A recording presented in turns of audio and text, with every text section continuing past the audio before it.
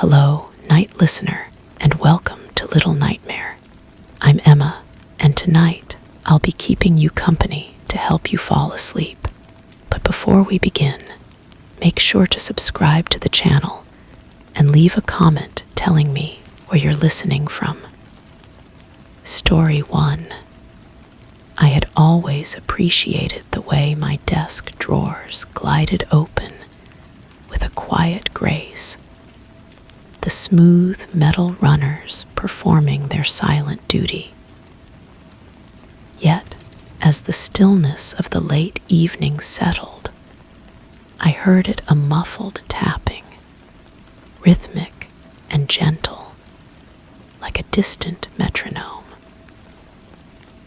My fingertips grazed the cool surface, and the tapping paused, replaced by a silence that seemed to expand, taking form in the dim light. Curious, I pulled the drawer open, hinges creaking slightly, only to find the contents precisely as I left them.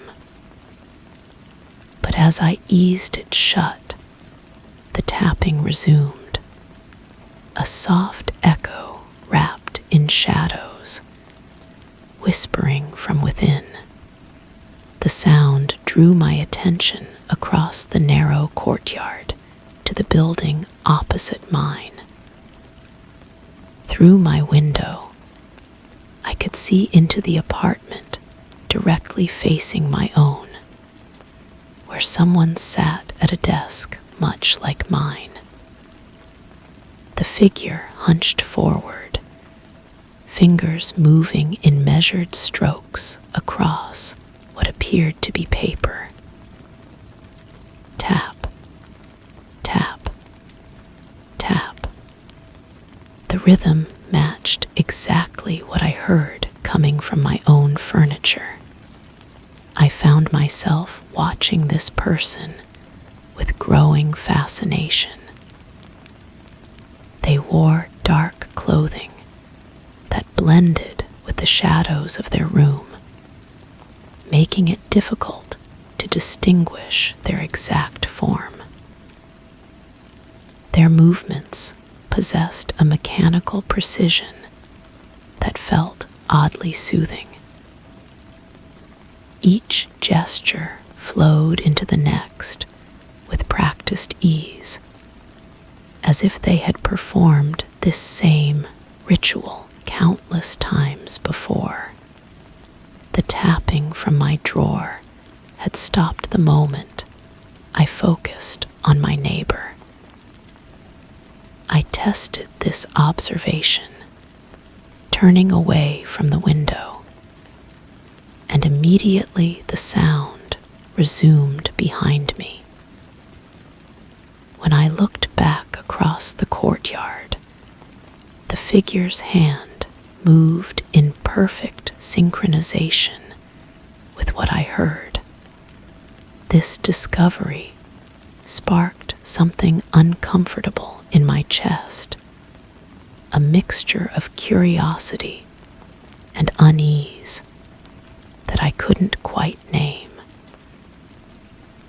I began to structure my evenings around these observations, positioning myself at my window just as the darkness deepened enough to provide cover for my watching. The figure maintained a rigid schedule. They appeared at their desk with unwavering consistency, always wearing the same dark garments, always beginning with the same preparatory gestures. They would arrange items on their desk surface, though I couldn't make out what these objects were from my distance. Then the tapping would begin, and with it, the corresponding sounds from my own furniture. I started keeping detailed notes about these sessions. The duration seemed to vary, the intensity remained constant. Sometimes the tapping would be soft and contemplative, other times more urgent, almost frantic. My drawer responded to each variation, creating a harmony between our two spaces that felt both natural and deeply wrong. As the pattern continued, I noticed changes in my own behavior. I found myself arranging objects on my desk to mirror what I could see of my neighbor's setup. When they leaned forward, I felt compelled to do the same. When they paused, I held my breath until they resumed their work. The boundary between observer and participant began to dissolve in ways I didn't immediately recognize. I would catch myself tapping my fingers against my desk surface, matching the rhythm I heard. Sometimes I couldn't tell if the sound was coming from my drawer, from across the courtyard, or from my own unconscious movements. My reflection in the window glass started to behave strangely. Instead of showing me watching outward, it seemed to display someone watching inward. The face looking back appeared focused on something behind me, something I couldn't see no matter how quickly I turned around. The texture of my desk began to change under my touch. The smooth wood grain felt increasingly rough, as if the surface was aging rapidly beneath my fingertips. The metal drawer handles, once cool and sleek, now felt warm and slightly sticky. When I pulled the drawers open, the contents had rearranged themselves in subtle ways I couldn't quite identify. The figure across the courtyard seemed to sense my increased attention. Their posture shifted slightly, and though I couldn't see their face clearly through the distance and darkness, I felt the weight of their awareness settling on me like a physical presence. I began to suspect they were watching me as intently as I watched them. This realization should have disturbed me, but instead, it felt like a natural progression, as if we were both fulfilling our designated roles in some larger pattern. The tapping from my drawer grew more complex, developing layers and variations that seemed to respond to my thoughts rather than my neighbor's movements. Sometimes it would anticipate what I was about to think, beginning a new rhythm just before I consciously recognized the change I was about to observe across the courtyard. My handwriting started to change when I took notes about these sessions. The letters became more angular, more deliberate, resembling the precise movements I watched through my window. I found myself forming words I didn't remember choosing, describing details I couldn't consciously recall observing. The silence between tapping sessions grew heavier, more substantial. It pressed against my eardrums and settled in the spaces between my thoughts. During these quiet periods, I could feel something moving behind me, a presence that matched my breathing and shifted weight when I shifted mine.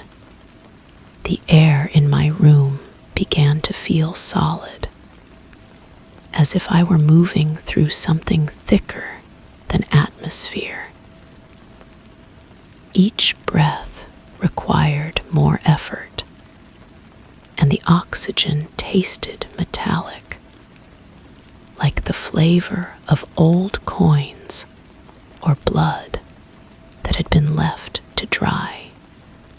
My reflection in the window glass stopped moving when I moved. It remained fixed in position, staring intently at something just over my shoulder. When I tried to look away from the window, my reflection's gaze would follow me, always focused on that same invisible point behind me. The figure across the courtyard had stopped their tapping, but the sound continued from my drawer. Now, it seemed to come from multiple sources: the furniture, the walls, the space inside my own chest. The rhythm had become my heartbeat, or perhaps my heartbeat had synchronized with the rhythm. I could no longer distinguish between the two. I realized that my observations had become inaccurate. The figure across the courtyard wasn't creating the tapping sounds. They were responding to them, just as I was. We were both following something else's lead, dancing to a rhythm that originated from neither of our spaces. The notes I had been taking began to contradict themselves. One sentence would describe the figure wearing dark clothing. The next would mention light garments. The desk would be wooden, then metal, then something that couldn't be properly categorized. My handwriting shifted between different styles, as if multiple people were taking turns with the pen. The window glass no longer showed the courtyard. Instead, it reflected my own room, but from an impossible angle, as if the observer were positioned somewhere behind and above my shoulder. In this reflection, I could see myself sitting at my desk, but I was wearing clothes I didn't recognize, and my movements didn't match what I felt myself doing. The tapping evolved into something more complex, a communication system I somehow understood without learning. It conveyed concepts that had no words, emotions that had no names, instructions that bypassed conscious thought and went directly to the parts of my mind that controlled movement and breathing. I found myself responding to these instructions automatically. My hands moved across the desk surface in patterns that felt both foreign and deeply familiar. My fingers traced shapes that seemed meaningful, but couldn't be translated into any language I knew. The presence behind me grew stronger, more defined. It breathed when I breathed, but slightly out of sync, creating a layered rhythm that made my chest feel tight.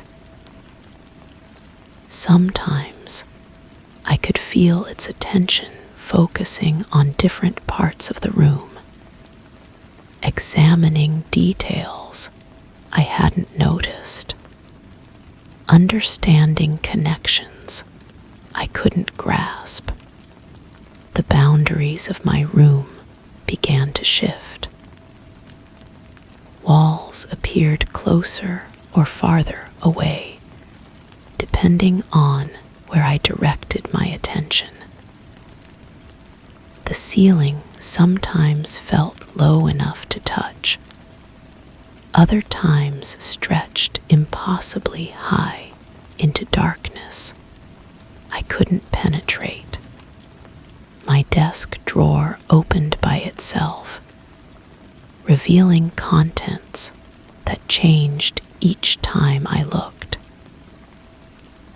Sometimes I saw my familiar possessions, sometimes objects I didn't recognize, sometimes spaces that seemed to extend far deeper than the drawer's physical dimensions should allow. The figure across the courtyard had turned to face my window directly. I still couldn't make out their features, but I could feel the intensity of their focus. We were looking at each other now, though I wasn't sure which of us had initiated this direct contact. In the window's reflection, I watched myself stand and move toward the glass. But I felt myself remaining seated at my desk. The disconnect between what I observed and what I experienced created a vertigo that made the room tilt and spin around me. The tapping had become a constant presence, no longer rising and falling, but maintaining a steady pulse that seemed to emanate from everywhere at once. It was the sound of my thoughts forming, the rhythm of my blood moving, the frequency at which my cells divided and renewed themselves. I understood that I was no longer watching someone else. The figure across the courtyard was watching me, had always been watching me. I was the observed, the subject of fascination, the pattern being studied and catalogued and gradually absorbed. My notes transformed into something else entirely. The words rearranged themselves on the page, forming sentences I hadn't written, describing experiences I hadn't had, revealing knowledge I hadn't possessed. The handwriting was mine, but the thoughts belonged to someone else. The presence behind me moved closer until I could feel its breath on the back of my neck. It was cold and steady, carrying scents I couldn't identify. But that triggered memories I didn't recognize as my own. I turned to look, finally breaking the rule I had unconsciously established for myself. But there was nothing behind me except my own shadow, cast by a light source that didn't exist in my room. The shadow moved independently, gesturing and shifting in ways that didn't correspond to my position or the angle of illumination. When I looked back at the window, the figure across the courtyard had vanished. The room opposite mine was empty, dark, obviously uninhabited. But the tapping continued, and I realized it was coming from my own fingers against the desk surface, moving in patterns I didn't consciously control. My reflection in the window showed someone else entirely. They sat at my desk, in my chair, wearing my clothes, but their face was turned away, focused on something I couldn't see. Their hands moved in the same rhythm as mine, but slightly ahead, as if they were leading and I was following. The room had become a perfect replica of itself, but reversed, like looking into a mirror that reflected not light, but intention. Every object existed in two states, simultaneously: the version I could touch and the version I could only observe. I am no longer certain which version I inhabit. My voice sounds different when I speak, carrying harmonics that don't originate in my throat. My thoughts form in patterns that feel familiar, but follow logic I don't recognize. The tapping has stopped, but the silence it leaves behind is not empty. It contains all the sounds that were never made, all the observations that were never recorded, all the connections that were never consciously understood. I sit at my desk, watching the window that no longer shows the courtyard, but reflects only the space I occupy. The figure I observe moves with my movements, breathes with my breathing, but their purpose is not my purpose. They are completing something I began without knowing I had started. The drawer slides open without my touching it. Inside, I see everything and nothing, all possibilities existing simultaneously, until observation collapses them into a single reality. But I am no longer the observer. I am the space between what is watched and what watches back, the silence that gives meaning to sound, the darkness that defines light. My hands rest motionless on the desk surface. The tapping has become my heartbeat, my breathing, the rhythm at which thoughts form and dissolve. I am both the pattern and the one who follows it, both the question and the answer, both the watcher and the watched. The transformation is complete, though I cannot say what I have become or what I have left behind.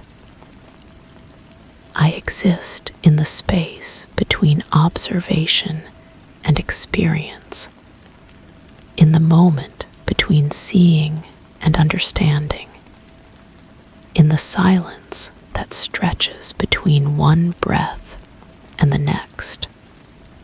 Story 2.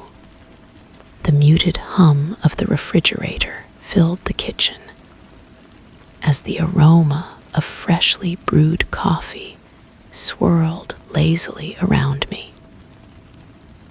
Morning light filtered through the curtains, casting familiar patterns on the tiled floor, but the air felt thick, as if the day had woken under a heavy fog.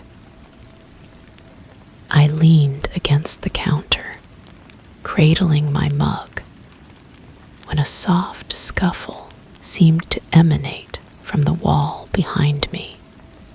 It was a sound like muffled footsteps on carpet, impossibly close and startlingly out of place, sending a shiver through my bones as I turned to face the empty room. The wall stared back at me, plain and white, unmarked by anything unusual. Yet the sound had been so clear, so deliberate. I pressed my ear against the cool surface, feeling the subtle vibration of pipes and electrical currents running through the building's skeleton. Nothing more. But as I pulled away, I noticed something I had never seen before. Through my kitchen window, directly across the narrow courtyard, another window faced mine. The apartment building mirrored my own, and in that window, a figure stood motionless. They held something in their hands, something small and dark, turning it over and over with mechanical precision. Their movements were hypnotic, repetitive, like a prayer wheel spinning in slow motion. I found myself watching them every morning after that. The coffee grew cold in my hands as I studied their ritual. The object they held seemed to change shape, sometimes appearing round, sometimes angular, always catching what little light filtered between our buildings. Their face remained in shadow, but their posture suggested patience, an endless waiting that made my chest tighten with unease. The figure never looked up, never acknowledged the world beyond that small, dark thing in their hands. But I began to notice patterns. The way they tilted their head at precise intervals, how their shoulders would shift, almost imperceptibly, in rhythm with something I couldn't hear. The longer I watched, the more convinced I became that they were listening to something that came from my direction. I started changing my routine. Instead of standing by the window, I positioned myself at different angles, trying to catch a glimpse of their face. The kitchen table gave me a partial view. The corner by the sink offered a different perspective. But no matter where I stood, they remained perfectly positioned to be observed while revealing nothing of themselves. The object in their hands began to fascinate me more than the person holding it. Some mornings it appeared smooth, reflecting light like polished stone. Other days it seemed rough, textured, absorbing the dim illumination, until it became a void in their palms. I found myself pressing closer to the glass, my breath fogging the surface as I strained to understand what I was seeing. That's when I noticed the condensation on my window wasn't forming normally. Instead of random droplets, it created patterns, deliberate shapes that looked almost like fingerprints, but larger, more complex. As if someone on the other side had been pressing their hands against the glass, breathing against it from outside. But I lived on the 4th floor. The realization should have disturbed me more than it did. Instead, I felt drawn to trace those patterns with my finger, following the spirals and curves that appeared fresh each morning. The glass felt warmer where the marks formed, as if something had been touching it recently, leaving behind not just moisture, but heat, presence, intention.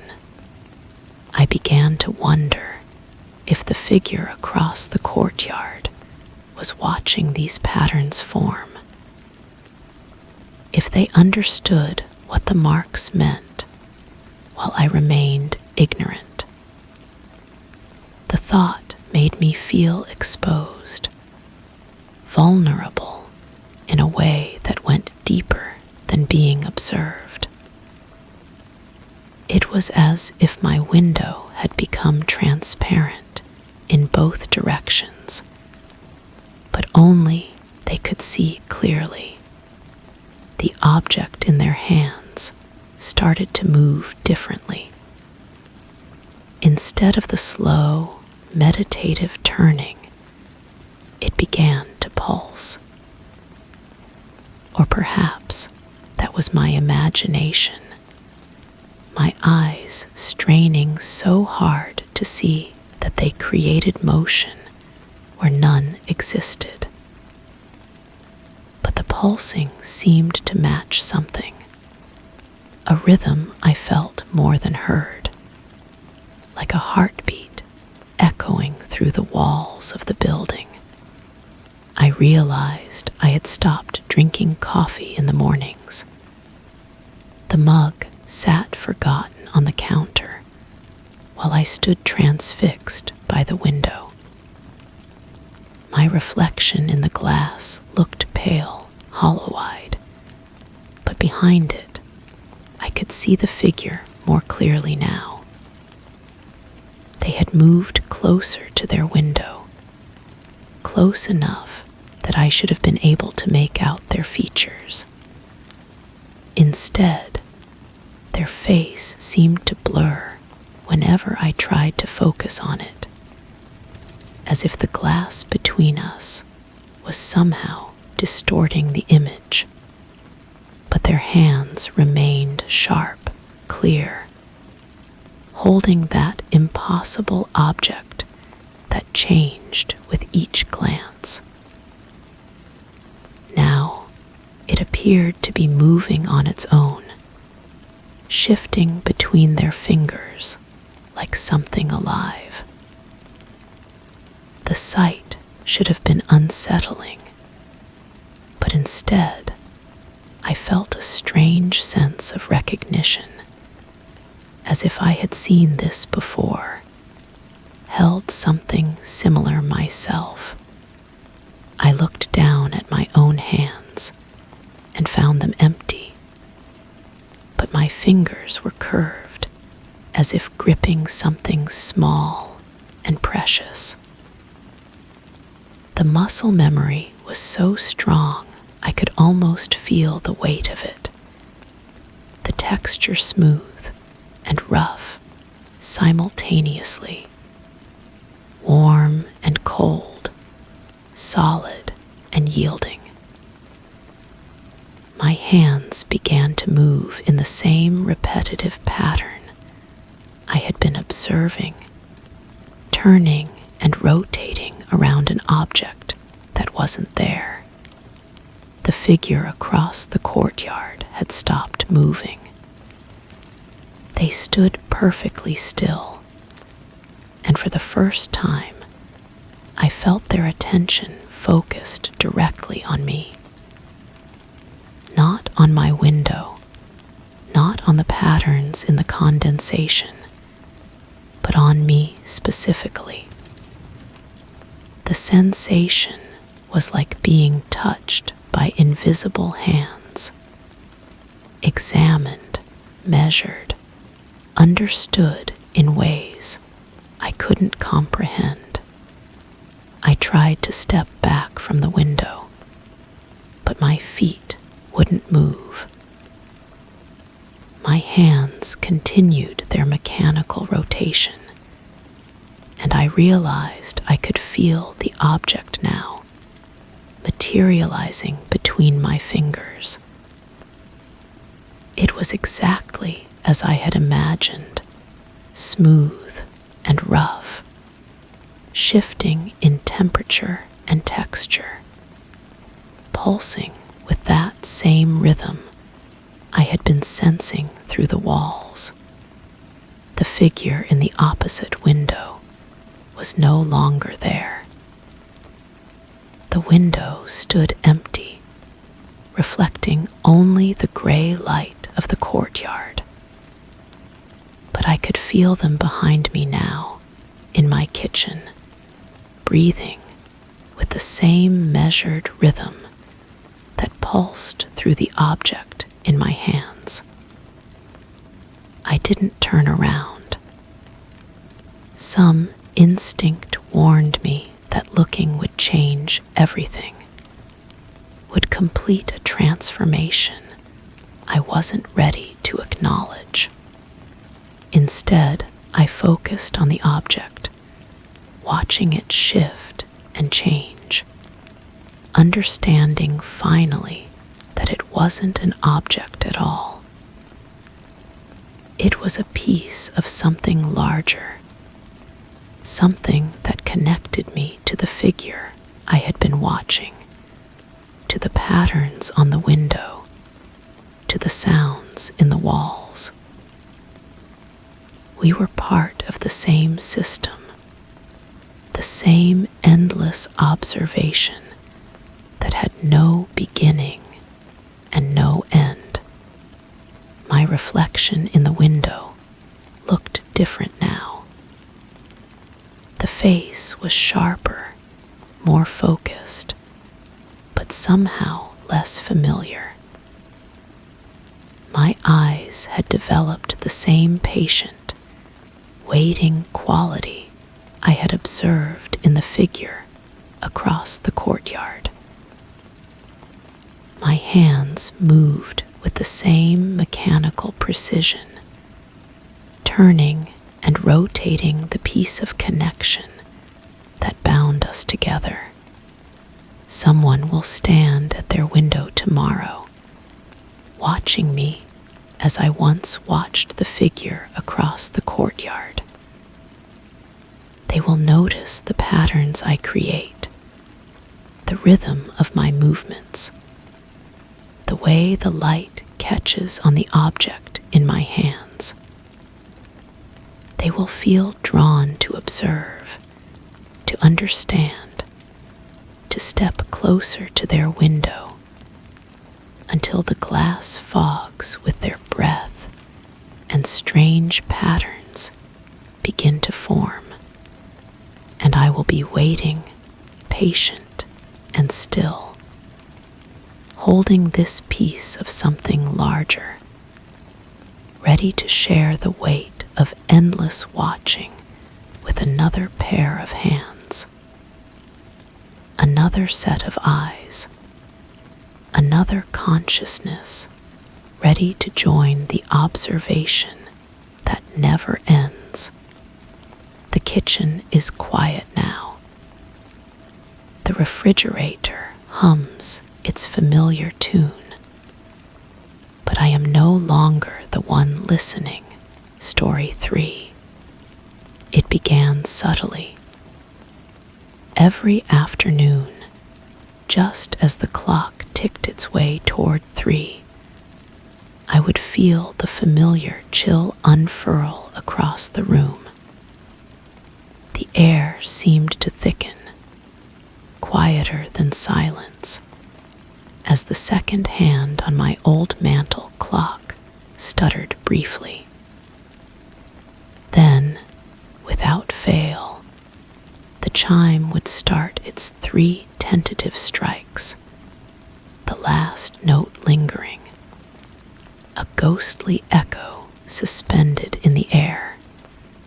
On the coffee table, there would always be a single white feather, pristine and feather-light, seeming to drift down from nowhere in particular, settling exactly at the center.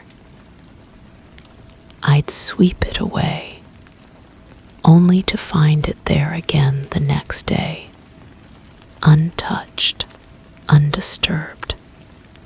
Despite trying to break the cycle, altering the clock, dusting the table at different intervals, leaving the windows open, nothing changed. The feather returned, the chime repeated, as if all my actions were but whispers swallowed by something greater. The routine was a strange comfort, yet the unease wound tighter with each repetition, whispering promises of revelations, or perhaps discoveries I was not prepared to face. I began watching more carefully. The feather always appeared during that stuttering moment, materializing not from above, but seeming to simply exist where it hadn't before. My eyes would blink, and there it would be, as if reality had quietly rearranged itself while I wasn't looking. The texture of the air changed too, becoming dense like water, making each breath feel deliberate and heavy. The house itself seemed to hold its breath during those moments. The familiar creaks of settling wood fell silent. Even the refrigerator's hum would fade to nothing, leaving only that pregnant stillness that made my skin prickle with anticipation. I found myself sitting in the living room well before the appointed moment, watching, waiting, trying to catch whatever force was orchestrating this daily performance. One afternoon, I positioned myself directly beside the coffee table, my hand hovering just above its surface. The chill began its slow crawl across the floorboards, and I felt the familiar thickening of the air around me. The clock's second hand approached its stuttering point, and I watched with the intensity of someone trying to solve a riddle written in a language I didn't recognize. The feather appeared beneath my palm, not above it, not around it, but directly underneath, as if my hand had been resting on it all along. The sensation was impossible soft, warm, and somehow alive against my skin. I jerked my hand away, and the feather remained perfectly centered, perfectly white, perfectly impossible. That night, I couldn't shake the memory of its warmth. Feathers should be cool, neutral, but this one had pulsed with a gentle heat that reminded me of breath against skin. I found myself touching the spot on my palm where it had materialized, expecting to find some mark or change, but my skin looked the same as always. Sleep came fitfully, filled with dreams of floating through rooms where the air moved like honey and voices spoke in frequencies just below my hearing. I woke with the taste of copper in my mouth and the distinct feeling that someone had been watching me sleep. The house felt different in the pre-dawn darkness, as if the walls had shifted slightly while I wasn't paying attention. The next afternoon brought a variation. The ritual began as usual: the chill, the thickening air, the stuttering clock, but this time I noticed something else. The shadows in the room had grown longer, stretching toward the coffee table like fingers reaching for something just out of grasp. The feather appeared as always, but now it cast no shadow of its own, existing in a small pool of light that had no visible source. I leaned closer, studying the impossible object. Up close, I could see that it wasn't quite white. There were hints of other colors threaded through it, colors that shifted and changed as I watched. Pearl gray, silver, the faintest suggestion of blue that reminded me of winter sky. The edges seemed to blur slightly, as if the feather existed in soft focus, while everything else remained sharp. When I reached for it this time, my fingers passed through empty air. The feather was there. I could see it clearly, but my hand encountered nothing.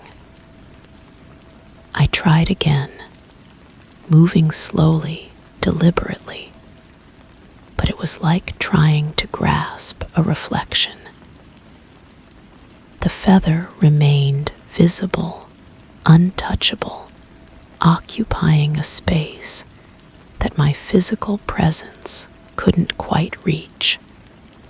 The room grew colder, not the gentle chill that usually announced the feather's arrival, but a deeper cold that seemed to seep up from the floorboards and down from the ceiling. My breath began to mist, and I realized that the windows had fogged over despite the mild weather outside. Condensation ran down the glass in perfect vertical lines, too straight, too uniform to be natural. I stood and walked to the nearest window, pressing my palm against the cool glass.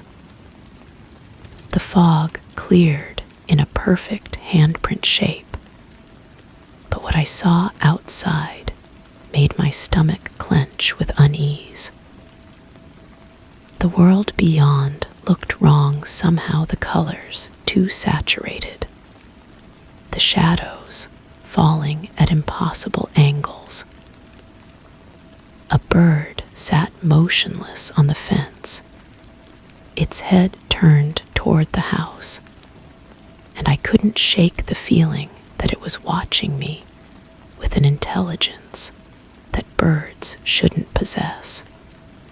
When I turned back to the coffee table, the feather was gone. Not just absent, but gone in a way that suggested it had never been there at all. The table's surface showed no disturbance, no indication that anything had ever rested upon it. Even the dust motes in the air seemed to have forgotten the feather's presence, floating in patterns that avoided the spot where it had been. But the cold remained, and with it came a new sensation, the feeling of being observed from multiple angles at once.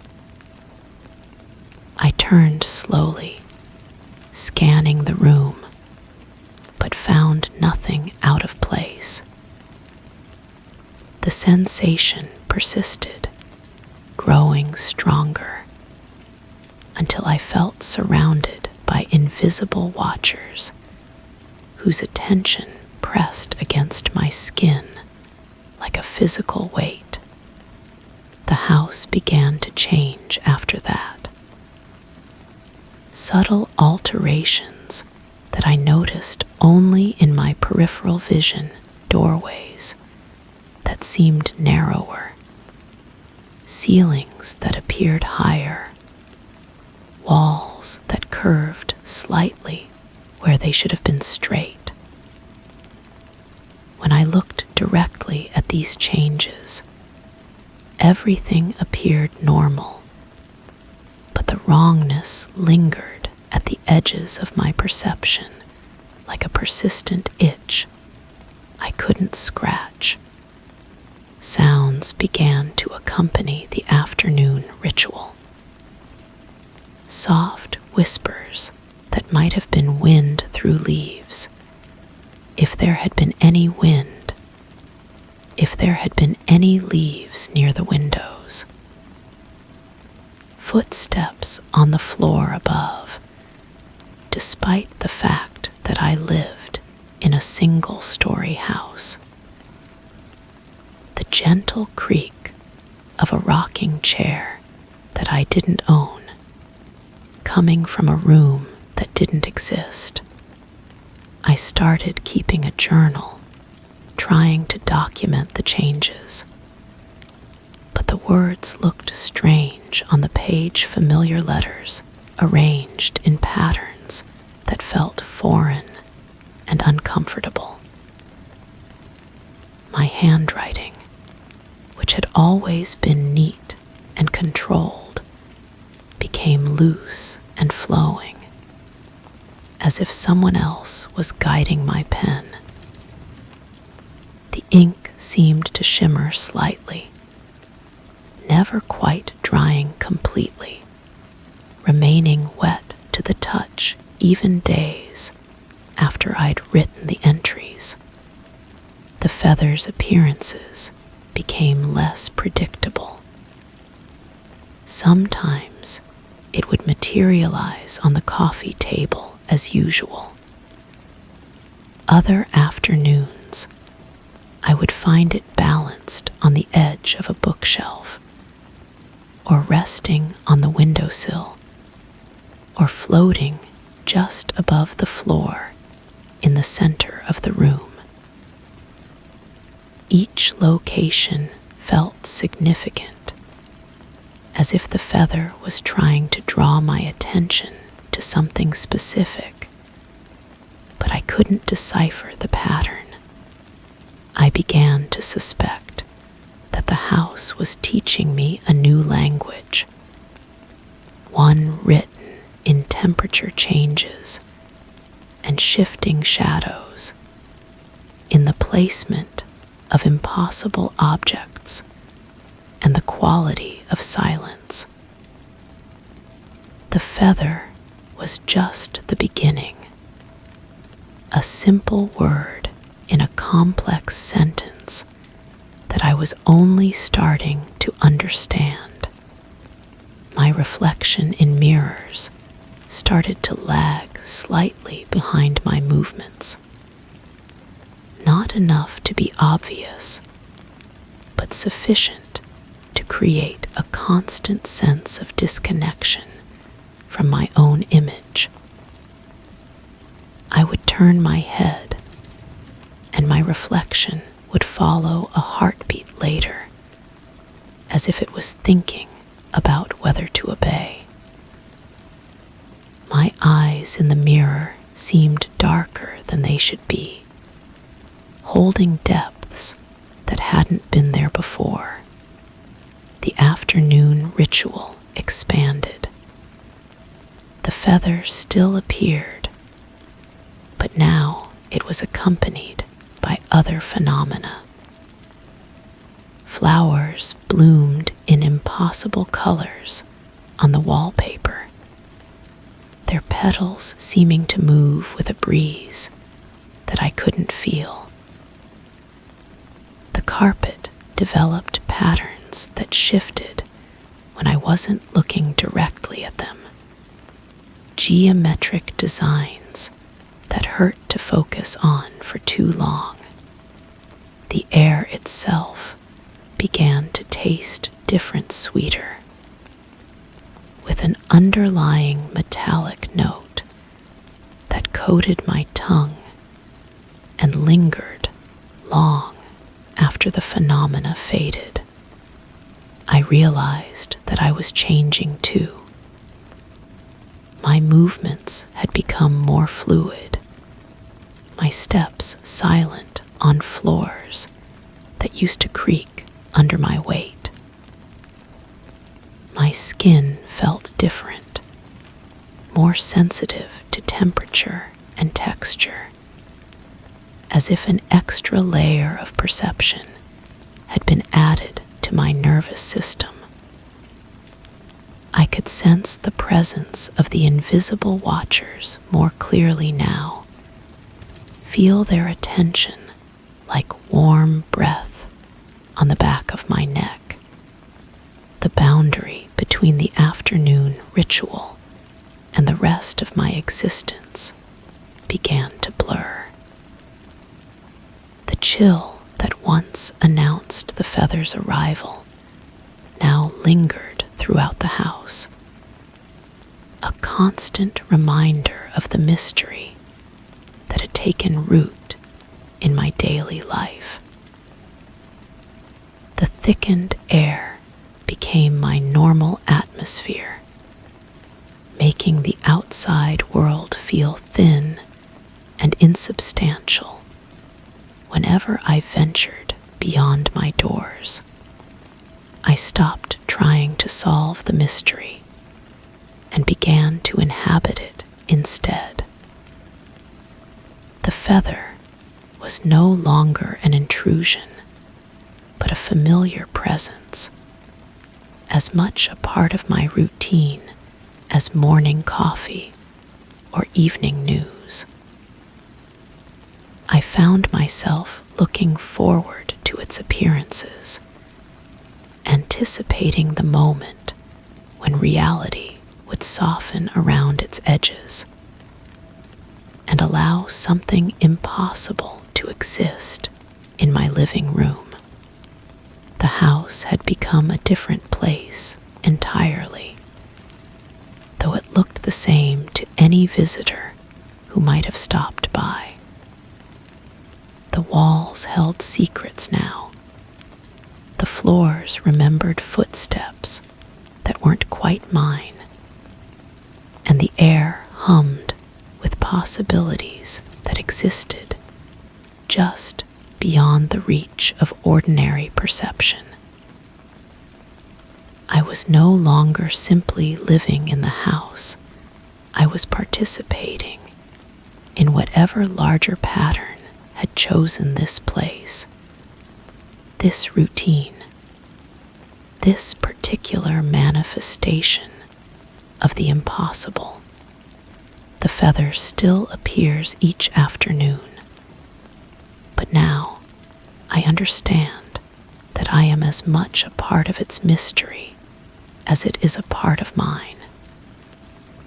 We exist together in this space where the ordinary world has grown thin, where the boundaries between what is and what might have become permeable. I am no longer the observer of this phenomenon. I am woven into its fabric, as essential to its continuation as the clock that chimes, the table that receives, the air that thickens with possibility. And in this new understanding, I have found a kind of peace, even as I realize that I can never again be quite the same person who first noticed a feather appearing from nowhere, settling softly onto a coffee table in a room where the impossible has learned to feel like home. Story 4. The whimsical clock. The clock stood in its usual corner of my dimly lit study, a silent observer to my nightly musings. Its face, a pale circle against the dark wood paneling, displayed time with delicate black hands, its ticking a soft metronome in the stillness. As I sat at my desk, leafing through notes, I glanced at the clock, comforted by its familiar presence. Tonight, however, as I watched, the minute hand quivered subtly, then took a small, unexpected leap back. For a moment, I thought it was a trick of the light, but in the silence, even the faint click seemed to echo louder than before. A chill skittered through me as I considered the clock, wondering if it had always been this whimsical. But something feels wrong with this memory. I'm not sitting at my desk now. I'm lying on something soft, something that breathes beneath me like fabric, but feels cold like stone. My fingers trace the surface, expecting the familiar grain of my wooden chair, but instead find ridges that spiral inward, creating patterns that my mind can't quite map. The texture shifts under my touch, becoming smooth when I press firmly, rough when I barely graze it. The study around me wavers. The dark wood paneling seems darker now, absorbing light rather than reflecting it. Those notes I was leafing through, they're scattered on the floor, but when I try to focus on their contents, the words swim like ink in water. My handwriting, which I've known for so long, appears foreign, written in a script curves in ways my hand has never moved. There's a sound here that wasn't in my memory. A soft humming, almost like voices trying to form words, but never quite succeeding. The melody rises and falls with no pattern I can recognize, yet it feels familiar, like a lullaby I heard in childhood, but can't quite place. It seems to come from the walls themselves, vibrating through the wood paneling in gentle waves. I try to remember how I came to be here, lying instead of sitting, but the transition feels lost, swallowed by a gap in my thoughts. The last clear moment was watching that minute hand leap backward, but between then and now stretches an empty space, a void where memory should be. The smell in the room has changed too. What should be the familiar scent of old books and leather now carries something else, something organic and sweet, like flowers left too long in water. It drifts through the air in currents, stronger near the clock, fainter by the door. When I breathe deeply, trying to identify it, the sweetness turns slightly sour, reminding me of something I can't name. My eyes drift back to the clock, and I notice the hands have moved again. Not forward, not backward, but sideways, as if they're trying to point to numbers that don't exist on its face. The pale circle seems larger now, or perhaps I'm closer to it, though I don't remember moving. The black hands cast shadows that don't match the light in the room, creating dark lines that stretch across the wall in impossible directions. A fragment surfaces unbidden. I'm standing in a garden, but the flowers are made of paper, their petals rustling in a breeze that carries no scent. Someone is with me, their presence warm against my shoulder. But when I turn to look, there's only empty air and the echo of footsteps on gravel that shouldn't be there. The garden path curves in a perfect spiral, leading to a center where a fountain should be. But instead, there's only a hole in the ground, perfectly round, perfectly dark.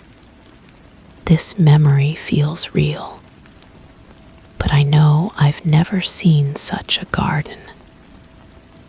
The paper flowers were too perfect, their colors too bright, like illustrations from a children's book.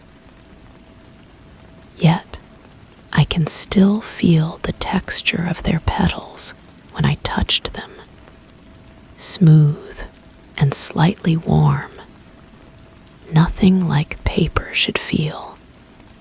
The humming in the walls grows slightly louder, and I realize it's not random. There's a rhythm to it, a pattern that almost matches the erratic ticking of the clock. But the sounds don't align perfectly. They're just close enough to create a subtle discord that makes my teeth ache. I want to cover my ears, but my hands feel heavy, reluctant to move. Another another memory drifts up. I'm in this same study, but the furniture is arranged differently. The desk sits where the bookshelf should be, and the clock hangs on the opposite wall, its face turned toward the corner where no one would see it. I'm writing something urgent, my hand moving quickly across paper, but the pen leaves no marks. The ink flows. I can see it glistening wet on the nib, but the paper remains blank no matter how frantically I write. In this memory, someone calls my name from another room, but the voice is muffled, as if spoken through water or thick glass. I want to respond, but when I open my mouth, no sound emerges. The silence feels thick, oppressive, like a weight pressing down on my chest. But this memory contradicts the first. The study can't be arranged two different ways, yet both layouts feel equally real, equally mine. I try to focus on which came first, but the memories exist without sequence, floating in my mind like objects suspended in dark water. The texture beneath me shifts again, and I realize I'm no longer lying down. I'm standing, though I don't remember rising. The floor feels different under my feet, softer than wood, with a slight give that suggests depth beneath. Each step creates a small depression that slowly fills back in, as if I'm walking on something alive. The clock's ticking has changed. Instead of the steady rhythm I remember, it now beats in clusters, 3 quick ticks followed by a long pause, then 2 more, then silence. The pattern repeats, but never quite the same way twice. Sometimes there are 4 ticks, sometimes only 1, but always followed by that expectant silence. I approach the clock, drawn by its strange behavior. Up close, I can see that the face isn't quite right. The numbers are there, but they seem to shift when I'm not looking directly at them. The 12 becomes a 13, then back again. The 6 inverts to a 9, creating a moment of vertigo as my brain tries to process the impossible transformation. Behind the glass, something moves. Not the hands, which continue their erratic dance, but something else, a shadow that doesn't correspond to anything in the room. It flows like liquid across the clock face, obscuring the numbers as it passes, leaving them somehow different when it moves on. Another memory surfaces, this one more vivid. I'm in a room filled with clocks, hundreds of them, all ticking in different rhythms. The sound is overwhelming, a cacophony of mechanical heartbeats that makes it impossible to think. I'm searching for something among them, moving from clock to clock, but I can't remember what I'm looking for. In this memory, every clock shows a different time, and none of them seem to be moving forward. Some tick backward, their hands reversing the day. Others spin wildly, their hands blurring with speed. A few have stopped entirely, their faces dark and silent. But at the center of the room stands one clock that looks exactly like the one in my study. Its hands move normally, its ticking steady and calm. I approach it with relief, grateful for something familiar in the chaos. But when I reach out to touch its face, my hand passes through the glass as if it isn't there. This memory feels more real than the others, more immediate.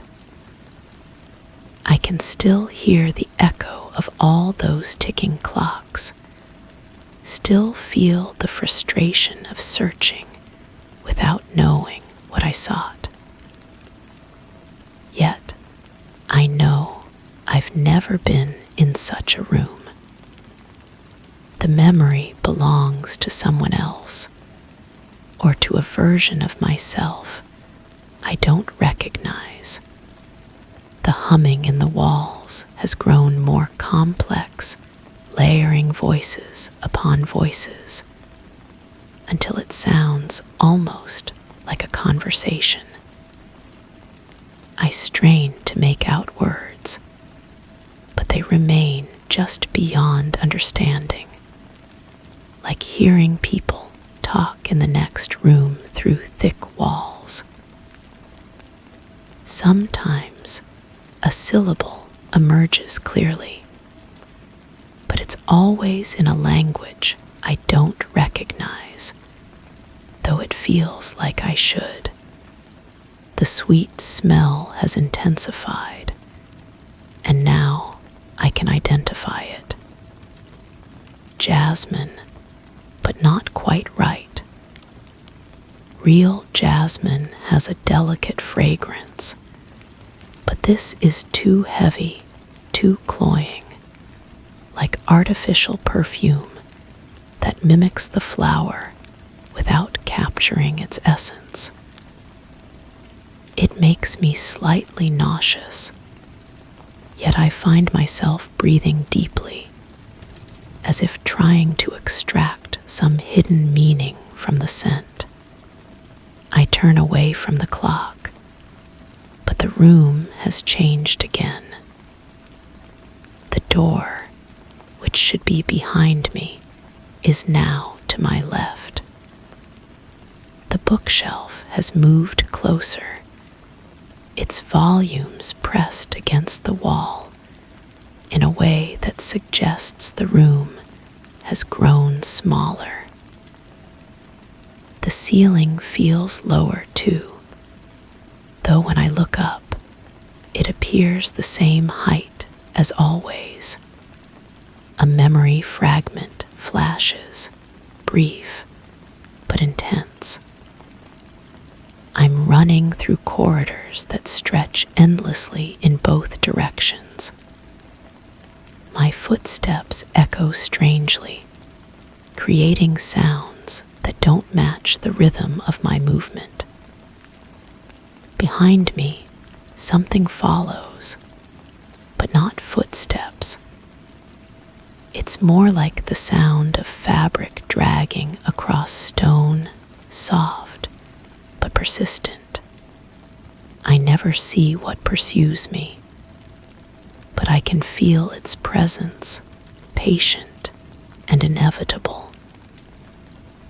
The corridors branch and twist, but every path leads back to the same place, a door I recognize, identify. The door is always just ahead, always just out of reach, no matter how fast I run. When I finally stop, exhausted, I realize the dragging sound has stopped too. The silence that follows is worse than the pursuit, heavy with expectation. I turn to look behind me, but the corridor stretches empty in both directions, identical and infinite. This memory fades, leaving me back in the study. But now I'm not sure if I ever left. The transition feels seamless, as if the corridors and the study exist in the same space, overlapping like double-exposed photographs. The clock chimes, though it has no chiming mechanism.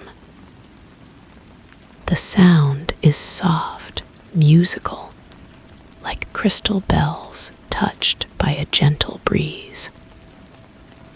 But the melody is wrong, discordant notes that create harmony through their very discord. The sound seems to come from everywhere at once, vibrating through the floorboards, the walls, even the air itself. As the chimes fade, I notice something new.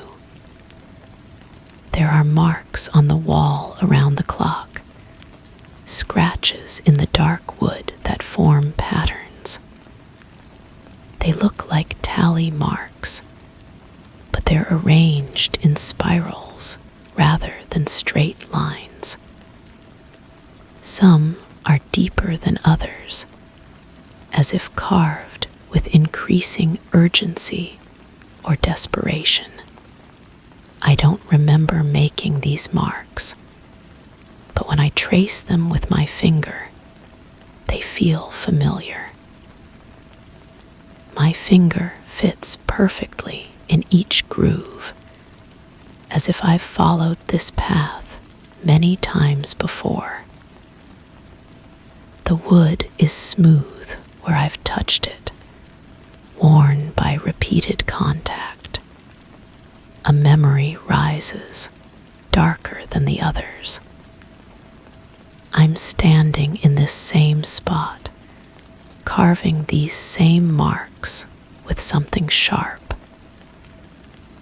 My hands are shaking, and I keep looking over my shoulder as if expecting someone to stop me. But the room is empty, has always been empty, will always be empty. In this memory, I'm counting something, but I can't remember what. Each mark represents something important, something I can't afford to lose track of. But the numbers don't make sense. I carve the same mark multiple times, as if I keep forgetting I've already made it. The memory shifts, and now I'm erasing the marks, sanding them away with careful precision. But they keep reappearing, as if the wood remembers the cuts and recreates them when I'm not looking. I work frantically, but for every mark I remove, 2 more appear. This memory feels the most real of all, yet it contradicts everything I think I know. I don't remember carving or erasing anything. The marks look old, weathered, as if they've been there for years. But the memory of making them is fresh, immediate. filled with an urgency I can still feel in my chest. The humming stops abruptly, leaving a silence so complete it feels solid. Even the clock has stopped ticking, its hands frozen in positions that hurt to look at directly. The minute hand points between numbers, creating an angle that shouldn't be possible. The hour hand has split somehow, becoming two hands that point in opposite directions. In this silence, I hear something else. My own breathing, but it doesn't match the rhythm I feel in my chest. The sound comes from somewhere else in the room, as if another version of myself stands just out of sight. I hold my breath, but the breathing continues, steady and calm.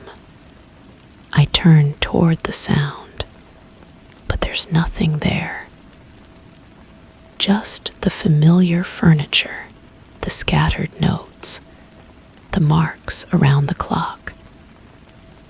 But the breathing persists, and now I notice it's not quite human.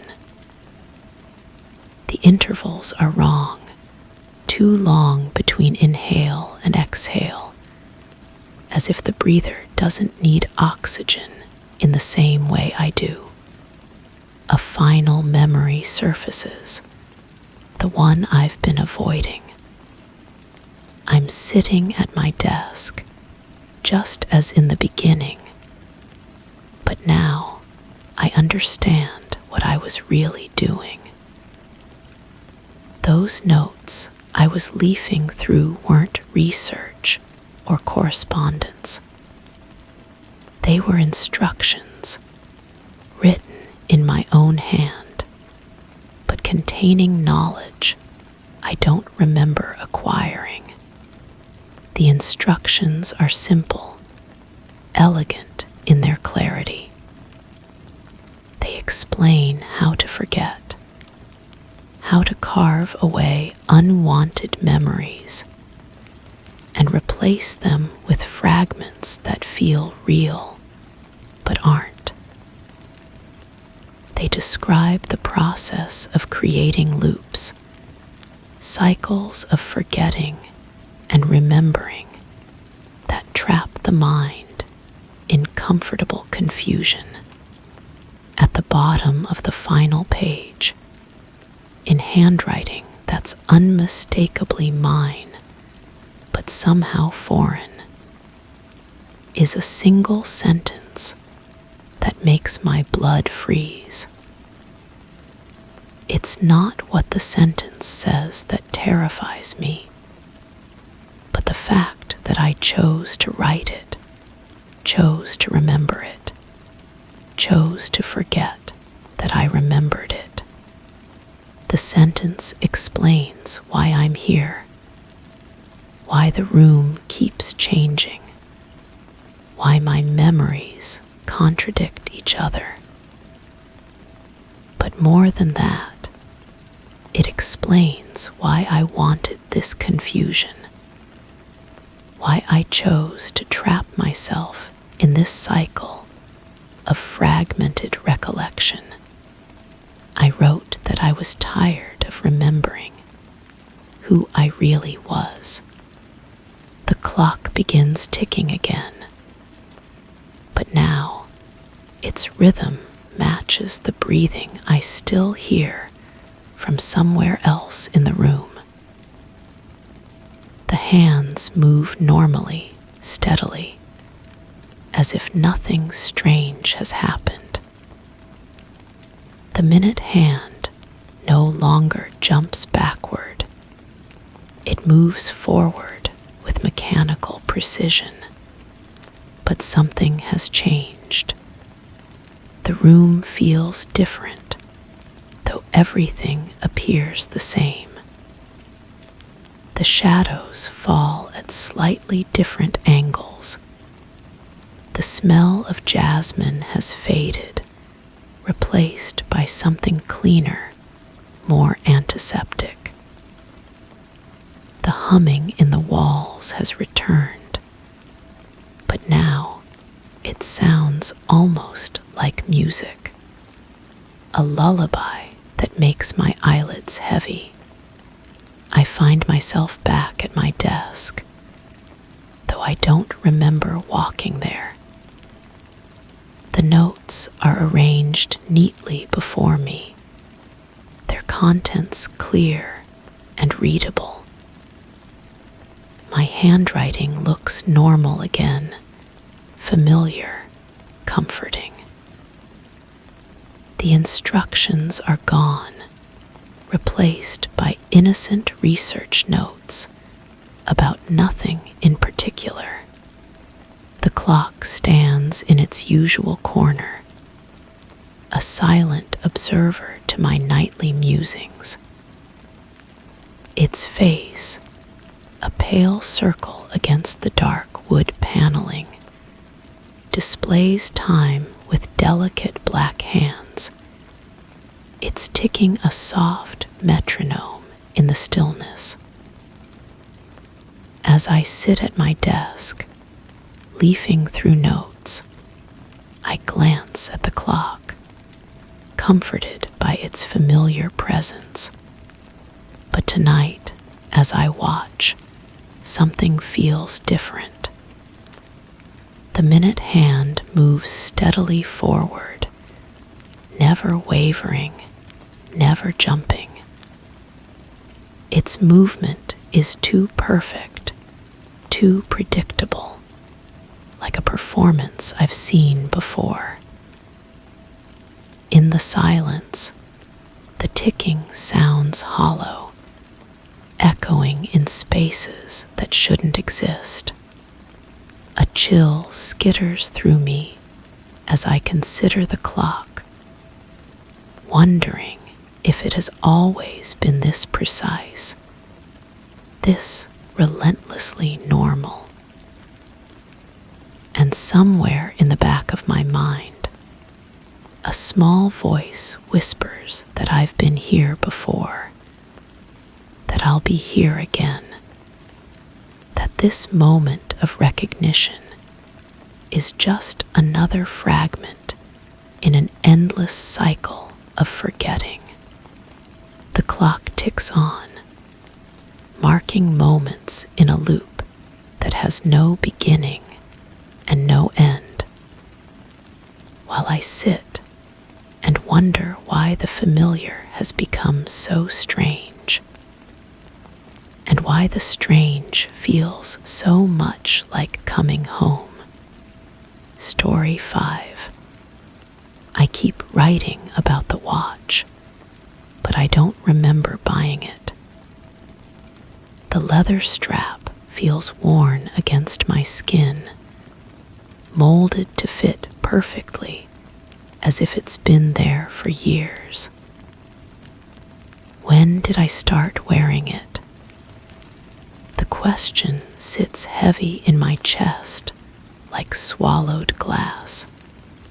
The second hand stopped again this morning.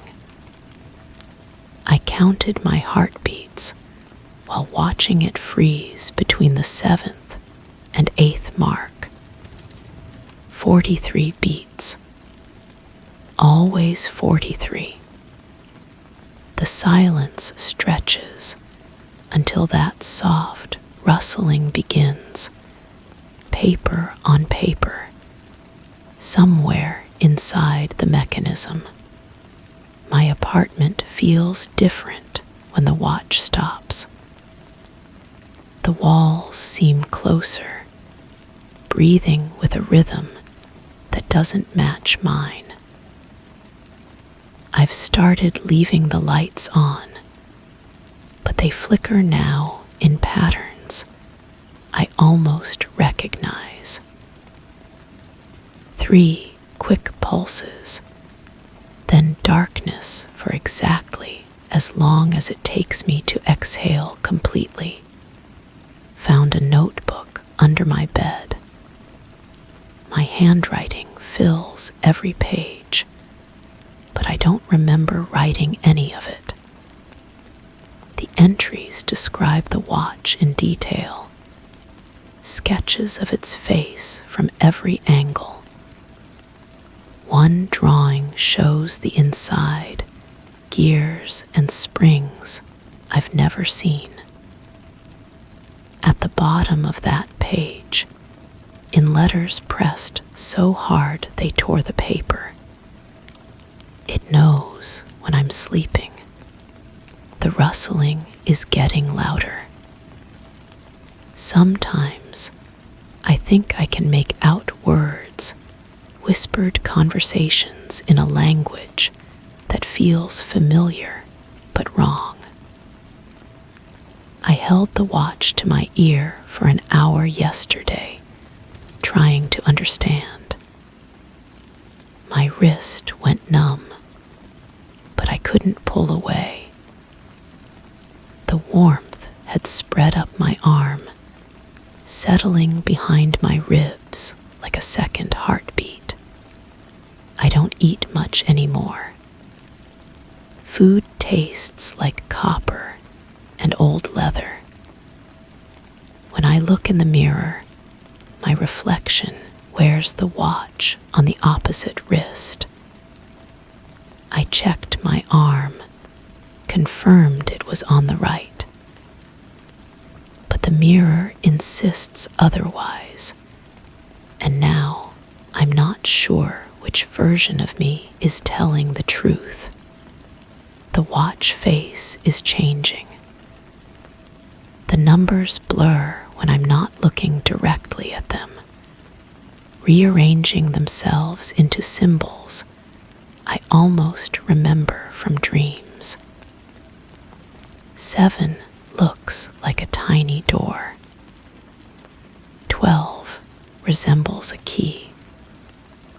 The hands point to combinations that spell out messages I'm afraid to decode. My neighbor knocked yesterday, asking about the noise. "What noise?" I asked. "The ticking," she said. It keeps her awake, coming through the walls like drum beats. But my watch doesn't tick anymore. It just breathes in and out, warming my wrist with each exhale. I tried to take it off. The clasp won't budge, fused to itself like melted metal. The leather has grown soft and pale, almost translucent. Underneath, I can see the outline of veins that aren't mine, pulsing with a rhythm that's becoming more familiar than my own pulse. The notebook is fuller now. Pages I know I didn't write appear overnight, filled with observations about my daily routine, my habits, my fears. The handwriting looks like mine, but feels foreign, as if someone else is borrowing my hand while I sleep. Today's entry simply reads, "It's almost ready." The rustling has become a whisper. Not words exactly, but intentions, suggestions. The watch grows warm when I think about leaving the apartment, cool when I consider staying. It's training me, I think, though for what purpose remains hidden behind the glass face that no longer shows the correct anything. I understand now why the mirror shows it on the wrong wrist. It's not on either wrist anymore. It's under my skin, merged with the bone. its face visible through flesh that's becoming as transparent as the leather once was. The hands point inward now, marking not the passage of external motion, but the countdown of something internal, something that was always meant to happen. The notebook's final pages are blank, waiting. My hand moves across them without my permission, writing words in a script that's evolving beyond recognition. The watch face glows softly beneath my skin, and I realize I'm no longer wearing it. It's wearing me, Story 6. The soft click of the match striking the box was always the first sound I heard. Every evening, as shadows stretched across my room, the candle on the mantelpiece flickered to life, casting its gentle glow. It was always placed at the same spot, just off-center, slightly charred along the wax where it had burned the night before a habit, unbroken by time. I would watch the flame dance, as if it were alive, moving rhythmically to an unseen melody. Each flicker was identical to the last, a choreography of light and shadow that lulled me into a trance-like state. As I sat in the chair facing the mantel, an odd sense of familiarity seeped into my bones, tinged with an unshakable discomfort. The sequence of events repeated with a precision that was almost mechanical. The evening grew darker, yet the room remained the same, a still life painting where each detail refused to shift. I decided to move the candle one night, nudging it slightly to the left, breaking the symmetry in a silent rebellion. Yet as dusk fell the following day, it stood defiantly in its original place, untouched and unmoved, the flame dutifully coming to life. The air carried a weight, as though time itself lingered, looping endlessly around that solitary flame. No matter how many times I tried to change the scene, shift the objects, alter the rhythms, every night the candle flickered again, and again, and again. I began to notice other things. The book on the side table, its pages yellowed and worn, always opened to the same paragraph. I would read the words, absorbing their meaning.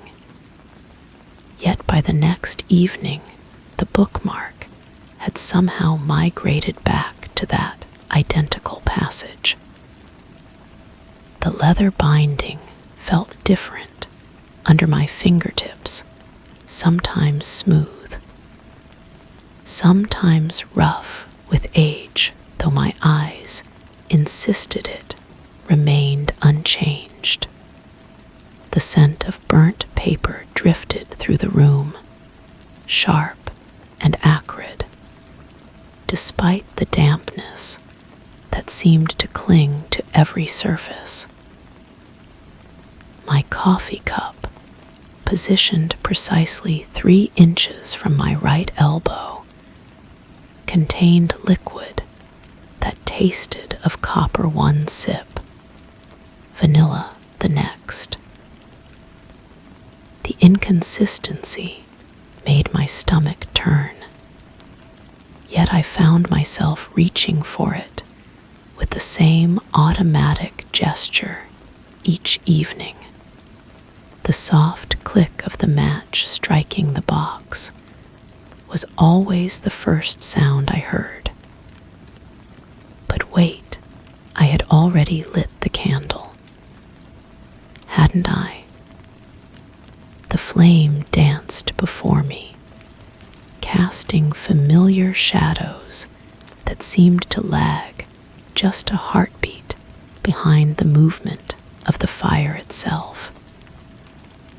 I watched a shadow flicker left while the flame swayed right, as if reality couldn't quite keep its story straight. I decided to document these peculiarities.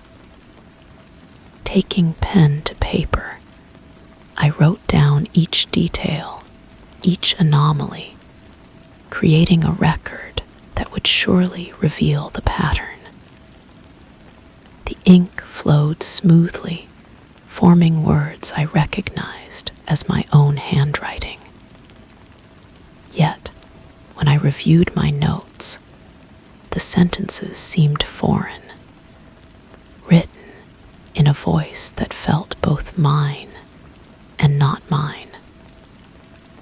The observations were accurate, but the tone carried an unfamiliar cadence, as if someone else had borrowed my hand to write. My reflection in the window glass appeared normal at first glance. Same face, same posture, same clothes I remembered putting on. But the reflection blinked a fraction of a second after I did, creating a disorienting delay that made me question whether I was looking at myself or at someone who merely resembled me. I raised my hand to wave, and the reflection followed, but the gesture felt hollow, performed by an actor who had learned my movements without understanding their meaning. The evening routine continued with mechanical precision. I would rise from the chair, walk to the kitchen, pour water into a glass, and return. The floorboards creaked under my feet in a rhythm I knew by heart. Yet sometimes the sounds came from the wrong direction, as if my footsteps were echoing from across the room rather than beneath me. The water tasted different each time, sometimes metallic, sometimes sweet, sometimes like nothing at all, though it came from the same tap, filled the same glass, satisfied the same thirst. The candle flame continued its hypnotic dance, and I found myself drawn deeper into its movements. The light seemed to pulse with a rhythm that matched my heartbeat, or perhaps my heartbeat had synchronized to match the flame. I couldn't be sure which came first. The boundary between observer and observed began to blur, as if I were both watching the candle and being watched by it. I attempted to break the cycle by leaving the room entirely. I walked to the front door, turned the handle, stepped outside into the cool air. The change of scenery should have provided relief, but even outdoors, the scent of candle wax followed me, through the window and saw the flame still flickering on the mantelpiece, though I was certain I had blown it out before leaving. Or had I? The memory felt uncertain, like trying to recall a dream upon waking. When I returned inside, everything was exactly as I had left it, yet somehow different. The chair faced the mantel at a slightly altered angle. The book lay open to a different page, though the content appeared identical. My coffee cup sat in its usual position, but the handle pointed in the opposite direction. These small discrepancies accumulated like grains of sand, creating an uncomfortable weight in my chest. The notebook where I had been recording my observations lay open on the table, but the pages were blank. Not erased blank, as if they had never been written upon.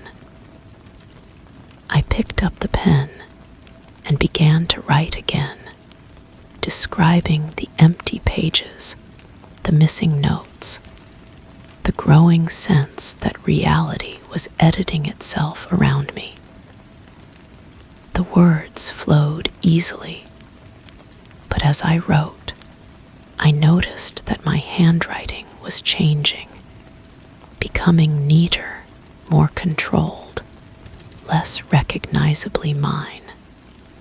The soft click of the match striking the box was always the first sound I heard. The repetition no longer surprised me, but it carried a different quality now, as if the sound were coming from inside my head rather than from the mantelpiece. I watched my hand reach for the matchbox, strike the flame, light the candle, all without any conscious decision on my part. My body moved through the familiar motions, while my mind observed from a distance, disconnected and increasingly uncertain about who was controlling whom. The flame danced its eternal dance, and I settled into the chair to watch. But was I settling, or was I already seated? The transition felt seamless, without the normal sensation of movement or the memory of having moved. I simply existed in the chair, facing the candle, as if I had always been there and always would be. The evening light faded from the windows, but the quality of darkness felt different tonight. Instead of the gradual dimming I expected, the light seemed to drain away in layers, as if someone were adjusting the brightness on an invisible dial. The shadows cast by the candle flame grew longer and more defined, creating shapes that didn't quite match the objects that should have been casting them. I tried to focus on my breathing, using it as an anchor to maintain some sense of self. In, out, in, out. But even this simple rhythm felt unreliable. Sometimes I would exhale and feel as if I were drawing breath in, or hold my breath and sense air flowing through my lungs anyway. My body seemed to be operating according to rules I no longer understood. The notebook appeared in my hands again, though I didn't remember picking it up. This time, the pages contained writing in my handwriting, but the words described events I didn't recall experiencing. They spoke of conversations I hadn't had, observations I hadn't made, conclusions I hadn't reached. Yet the tone was unmistakably mine, the perspective clearly my own. I was reading my own thoughts as if they belonged to a stranger. As I read, the candle flame flickered in perfect synchronization with each word, as if the light were somehow connected to the text. When I reached the end of a sentence, the flame would dim slightly, brightening again as I began the next line. This coordination felt too precise to be coincidental, yet too subtle to be deliberately orchestrated. The room around me began to feel less solid, as if the walls were suggestions rather than barriers. I could sense space extending beyond the physical boundaries, rooms that didn't exist overlapping with the one I occupied. The candle flame cast shadows in directions that defied the geometry of the space, creating the impression of windows and doorways where none should be. I stood up from the chair, or perhaps I had been standing all along. The transition was seamless, without the usual awareness of movement or change in position. I walked toward the mantelpiece, drawn by an impulse I couldn't identify or resist. The flame grew larger as I approached, or perhaps I was growing smaller, or perhaps distance itself had become negotiable. My hand reached toward the candle, fingers extended toward the dancing light. I expected to feel heat, but instead encountered a cool sensation, as if the flame were made of liquid moonlight rather than fire. The light seemed to flow around my fingers, through them, becoming part of me while I became part of it. The boundary between my skin and the flame dissolved, leaving me uncertain where I ended and the light began. The soft click of the match striking the box was always the first sound I heard.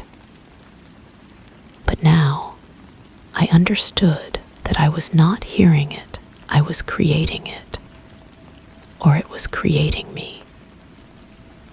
The sound emerged from the intersection of intention and reality, a point where thought became sensation and sensation became truth.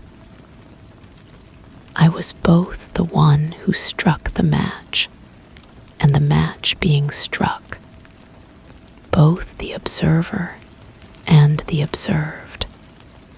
The evening settled around me with familiar weight, but the familiarity felt borrowed, as if I were remembering someone else's memories. The chair, the book, the coffee cup, all remained in their appointed places places, but they seemed to be waiting for someone who was not quite me.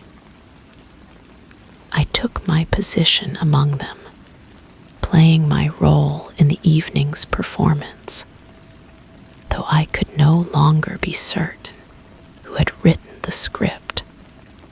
The candle burned with steady light, casting the same shadows in the same patterns, creating the same hypnotic dance that had drawn me into this loop. But the flame was different now, or I was different, or perhaps difference itself had lost its meaning. I watched the light flicker and dance, and the light watched me in return. And in that mutual observation, the distinction between watcher and watched finally disappeared entirely. The room was exactly as it should be. The candle burned in its proper place, slightly off-center on the mantelpiece. The shadows fell at precisely the correct angles. The evening air carried the appropriate weight of approaching darkness. Everything was perfectly normal, perfectly ordered, perfectly right. I sat in the chair facing the mantel, observing the scene with calm detachment. The candle flame danced its familiar dance, moving to rhythms that were both eternal and momentary. The light cast shadows that fell exactly where they belonged, creating patterns of illumination that satisfied some deep requirement for correctness. The notebook lay closed on the table beside me. The pen rested parallel to its edge, positioned with mathematical precision. The coffee cup sat empty, clean, waiting for the next evening's ritual. Everything was in its designated place, fulfilling its designated purpose, existing as it was meant to exist. The soft click of the match striking the box was always the first sound I heard. Story 7. The soft glow of the late afternoon sun filtered lazily through the kitchen window, casting long shadows over the tiled floor. The air was warm, carrying the sweet scent of dried herbs hanging from the ceiling beams. Everything appeared calm and quiet, yet a subtle tension hummed beneath the surface, as if the room was on the brink of revealing a secret. As I moved to gather the scattered dishes, a faint creak emerged from the solid oak cabinet at my side, its drawer sliding open without a touch. The gentle, hollow sound echoed in the silence, leaving a chill in its wake, as though the room had exhaled a silent invitation. I stood motionless, watching the drawer's wooden face reveal a sliver of darkness within. The herbs above me swayed without any breeze, their papery leaves whispering against each other in a rhythm that seemed almost deliberate.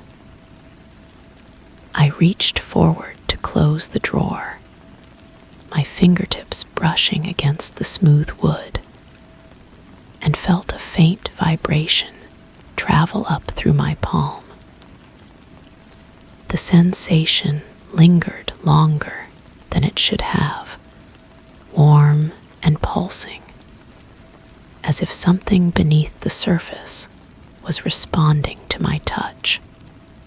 The kitchen had always been my sanctuary, a place where the familiar weight of routine grounded me in certainty.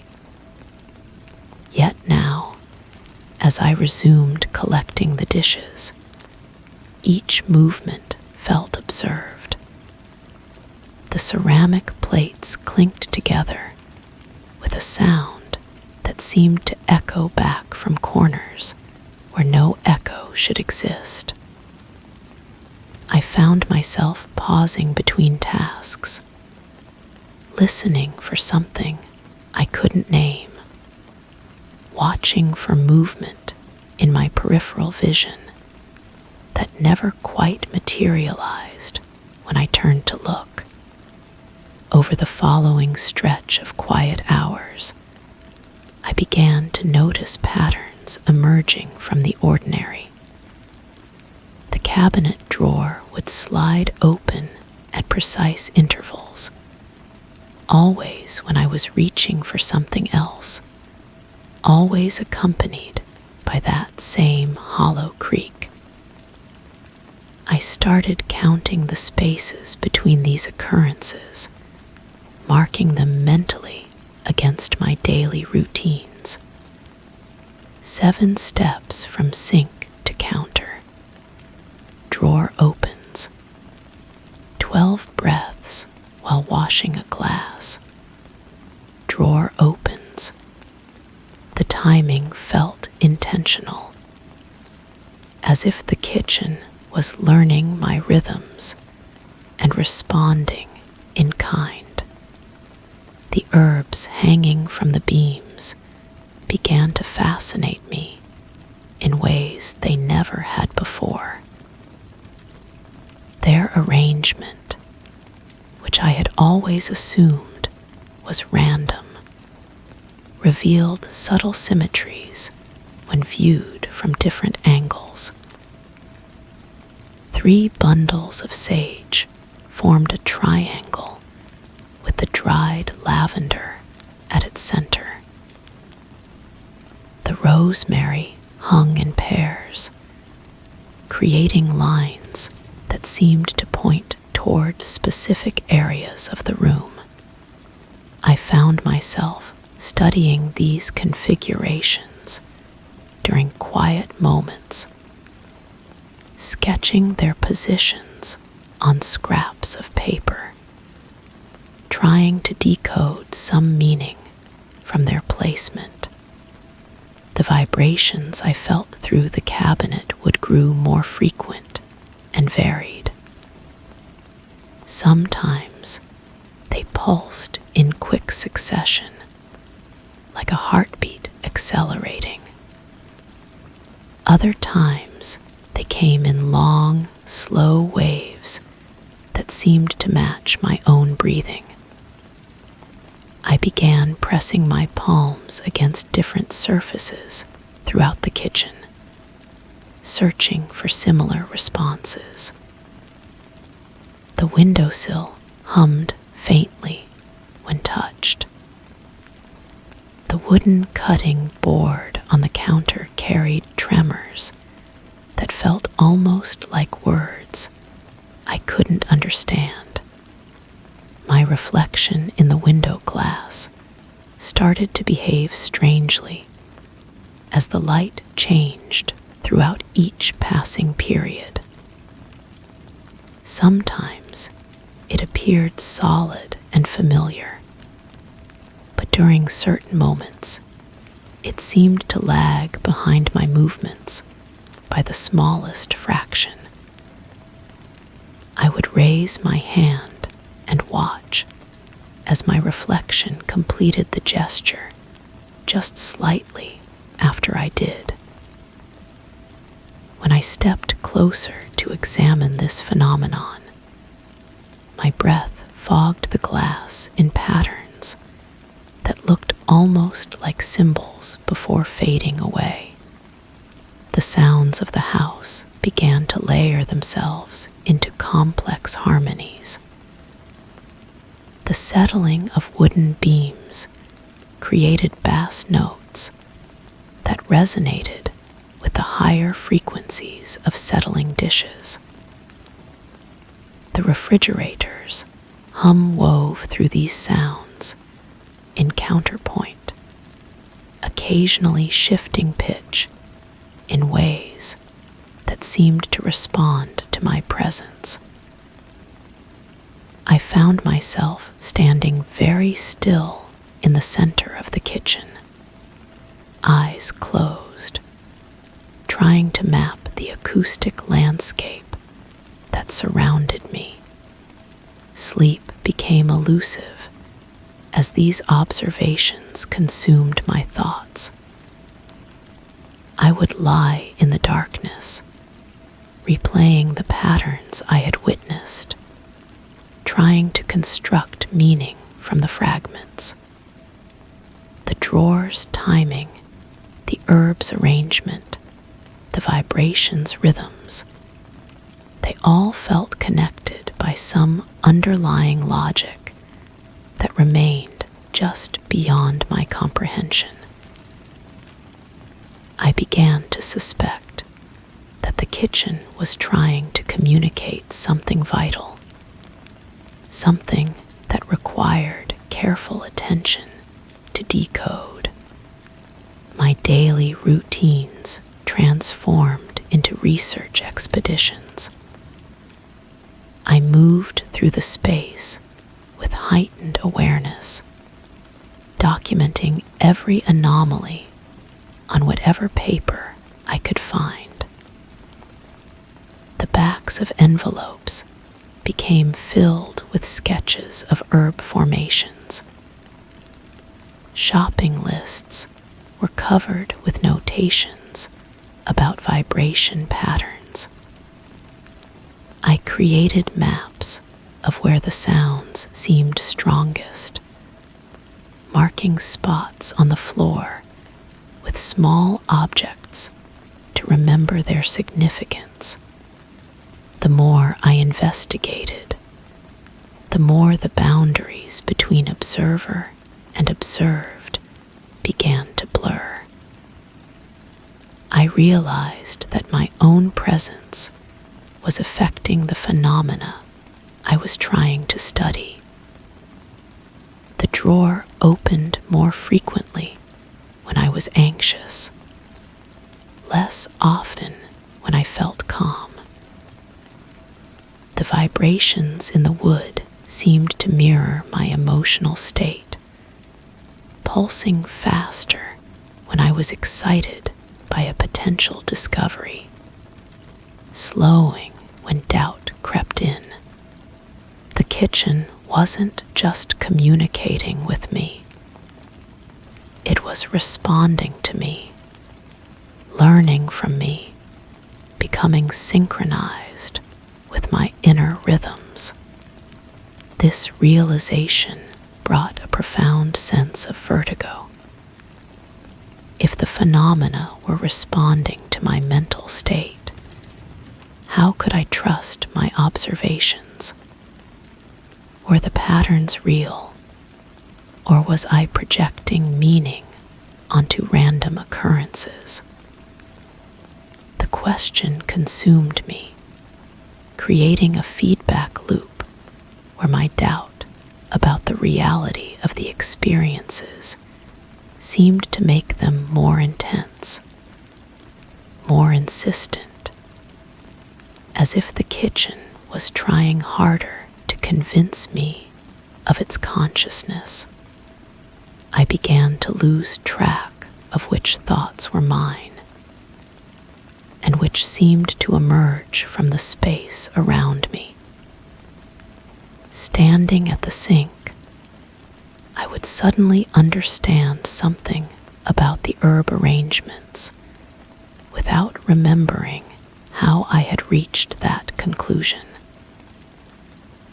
The knowledge felt planted, gifted, as if the kitchen was teaching me its language through direct transmission rather than observation. These moments of sudden understanding were accompanied by a sensation of expansion, as if my awareness was stretching beyond the boundaries of my physical form.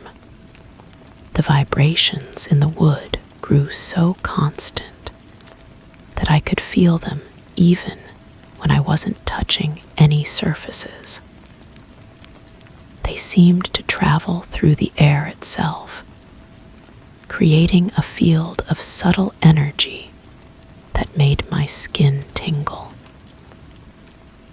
I found myself moving differently through the space, unconsciously avoiding certain areas that felt too intense, gravitating toward spots where the sensations were more gentle and welcoming.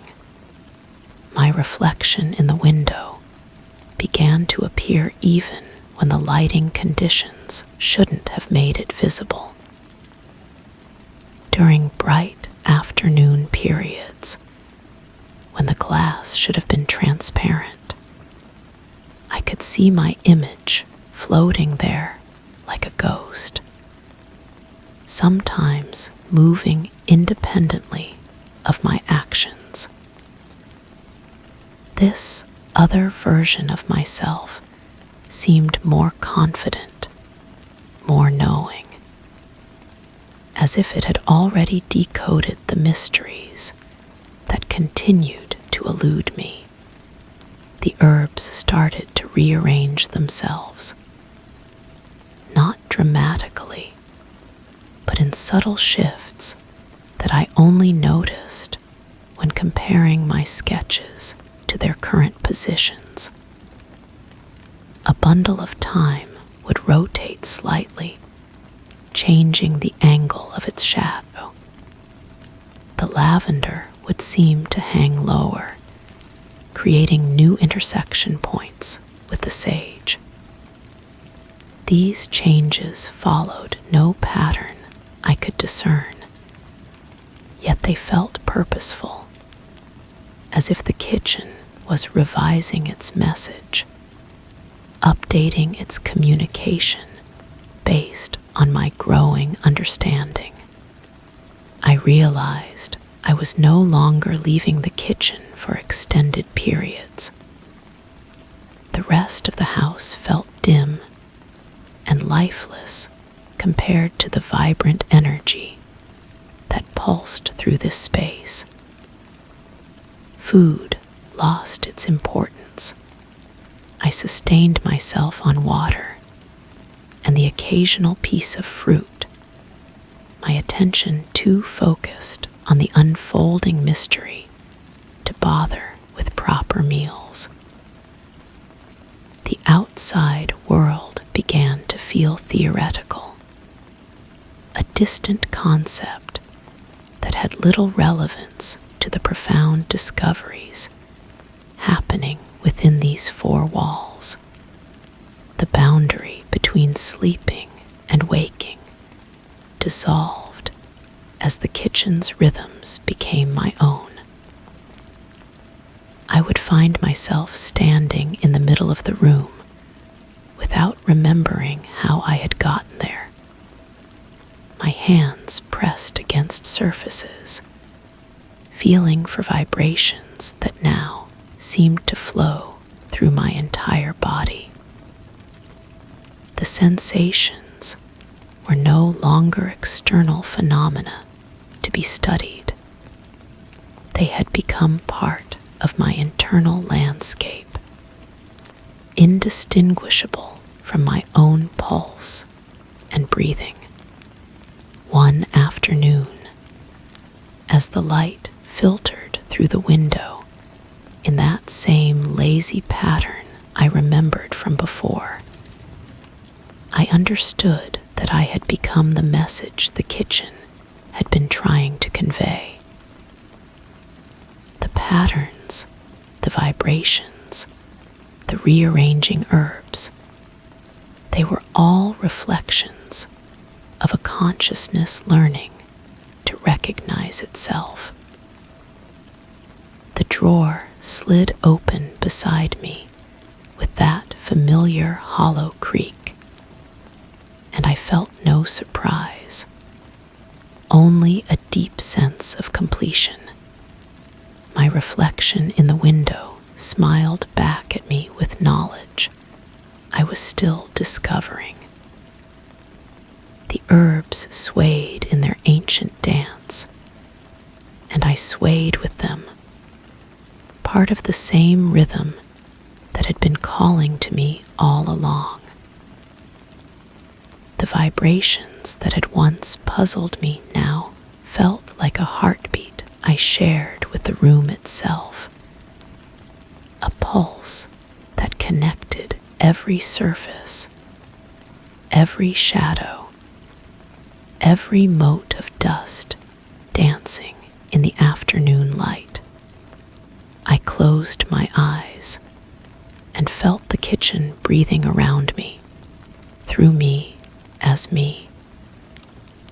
When I opened them again, I saw someone new standing where I had been, their hands reaching toward the cabinet drawer as it began its gentle slide open. That soft, hollow sound echoing in the silence like an invitation they couldn't yet understand, but would soon learn to answer. Story 8. It starts with the door clicking shut at precisely 7:03, a sound more certain than any alarm. The latch echoes softly, as if whispering its completion. Each morning, the room remains unchanged, the first ray cutting in at the same angle through the blinds, casting a neat, slanted grid upon the floor. My shoes sit perfectly aligned at the entry, their laces untouched. On the table, a cup steams, its gentle spirals folding upon themselves in an unbroken dance. I once resisted moving, hoping the heaviness wrapping my limbs would refuse this monotony. But the click arrived all the same, indifferent to my pleas. The air hangs with a scent of brewed familiarity, one that grows thicker as the days weave identically. I consider shifting the shoes, altering the slats of light, but every effort unravels, resetting to the original pattern, pulling me along in its relentless tide. Now I sit, listening to the door, the pulse of predictability lulling me back to another beginning, unchanged. The steam from my cup curls upward in patterns I've memorized. 7 small spirals, then a pause, then 3 more that dissipate near the ceiling. I've counted them so many mornings that the rhythm has become part of my breathing. In, 7 spirals. Hold, pause, out, 3 more. The coffee tastes of something I can't name anymore, something that might have been bitter once, or sweet, but now exists only as warmth against my tongue. My fingertips trace the rim of the cup, feeling for imperfections that never appear. The ceramic is smooth, unmarked, as if it were formed this morning just for this moment. handle fits my grip with unsettling precision, molded to the exact curve of my palm. I wonder if I chose this cup, or if it chose me, but the thought dissolves before I can hold it steady. The light shifts, or perhaps I imagine it does. The slanted grid on the floor seems to pulse, growing brighter, then dimmer, like something breathing beneath the floorboards. I lean forward, studying the pattern more closely. The shadows between the light strips appear deeper than they should be, as if the floor has developed tiny chasms overnight. When I blink, they return to normal depth, but the feeling lingers that I've glimpsed something trying to emerge. I stand, my legs moving without conscious decision. The floorboards don't creak under my weight, though they should. This building is old, I remember that much, but my footsteps make no sound at all.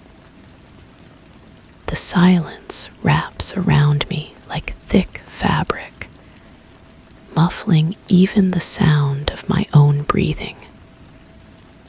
I walk to the window, drawn by an impulse I don't understand. The blinds hang perfectly straight, each slat angled at precisely the same degree. When I reach out to touch one, my finger passes through empty air. I try again, focusing intently, but my hand encounters nothing solid. The blinds are there, casting their shadows, filtering the light, but they exist in a space my flesh cannot reach.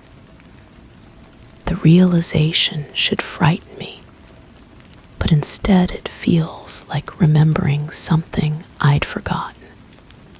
Behind me, the cup continues to steam. I turn to look, and the spirals have changed. Now they form shapes that almost resemble letters or symbols or faces seen from a great distance. I move closer, squinting at the rising vapor, trying to decipher what it might be telling me. The steam shifts, and for a moment I see what looks like a door, slightly ajar, with darkness beyond it. My own door, the one that clicked shut, stands closed as always. The handle is brass, tarnished in places that form a pattern like a map of somewhere I've never been. I approach it slowly, my bare feet silent on the floor that makes no sound. The metal is warm to the touch, warmer than it should be, as if something on the other side has been pressing against it. I turn the handle. It moves smoothly, too smoothly, like it's been oiled recently. The door opens onto a hallway I don't recognize, though it should be familiar. The walls are the same color as my room, that indefinable shade between beige and gray, but they stretch farther than they did yesterday. The ceiling seems higher, and the air carries a different quality of silence, one that feels occupied. My reflection appears in the brass handle as I release it. The face looking back isn't quite mine. features are close, nearly identical, but the eyes hold an expression I don't remember making. They look tired, but not from lack of sleep. It's the tiredness of someone who has been walking for a very long time without arriving anywhere. I step into the hallway, and my feet find carpet that wasn't there before. The fibers are deep, soft, the kind that would show footprints. But when I look back, I see no trace of my passage. The hallway extends in both directions, lined with doors identical to mine. Each one bears the same brass handle. Each one glows with that same impossible warmth. The air here tastes different. Not stale, not fresh, but something in between, like breath that has been held and released many times. I walk to the nearest door and press my ear against the wood. From within comes the soft sound of steam rising, the gentle whisper of vapor forming spirals. Behind the next door, the same sound, and the next. I try the handle of the door across from mine. It opens easily, revealing a room that mirrors my own exactly. The same slanted light, the same aligned shoes, the same steaming cup on the same table.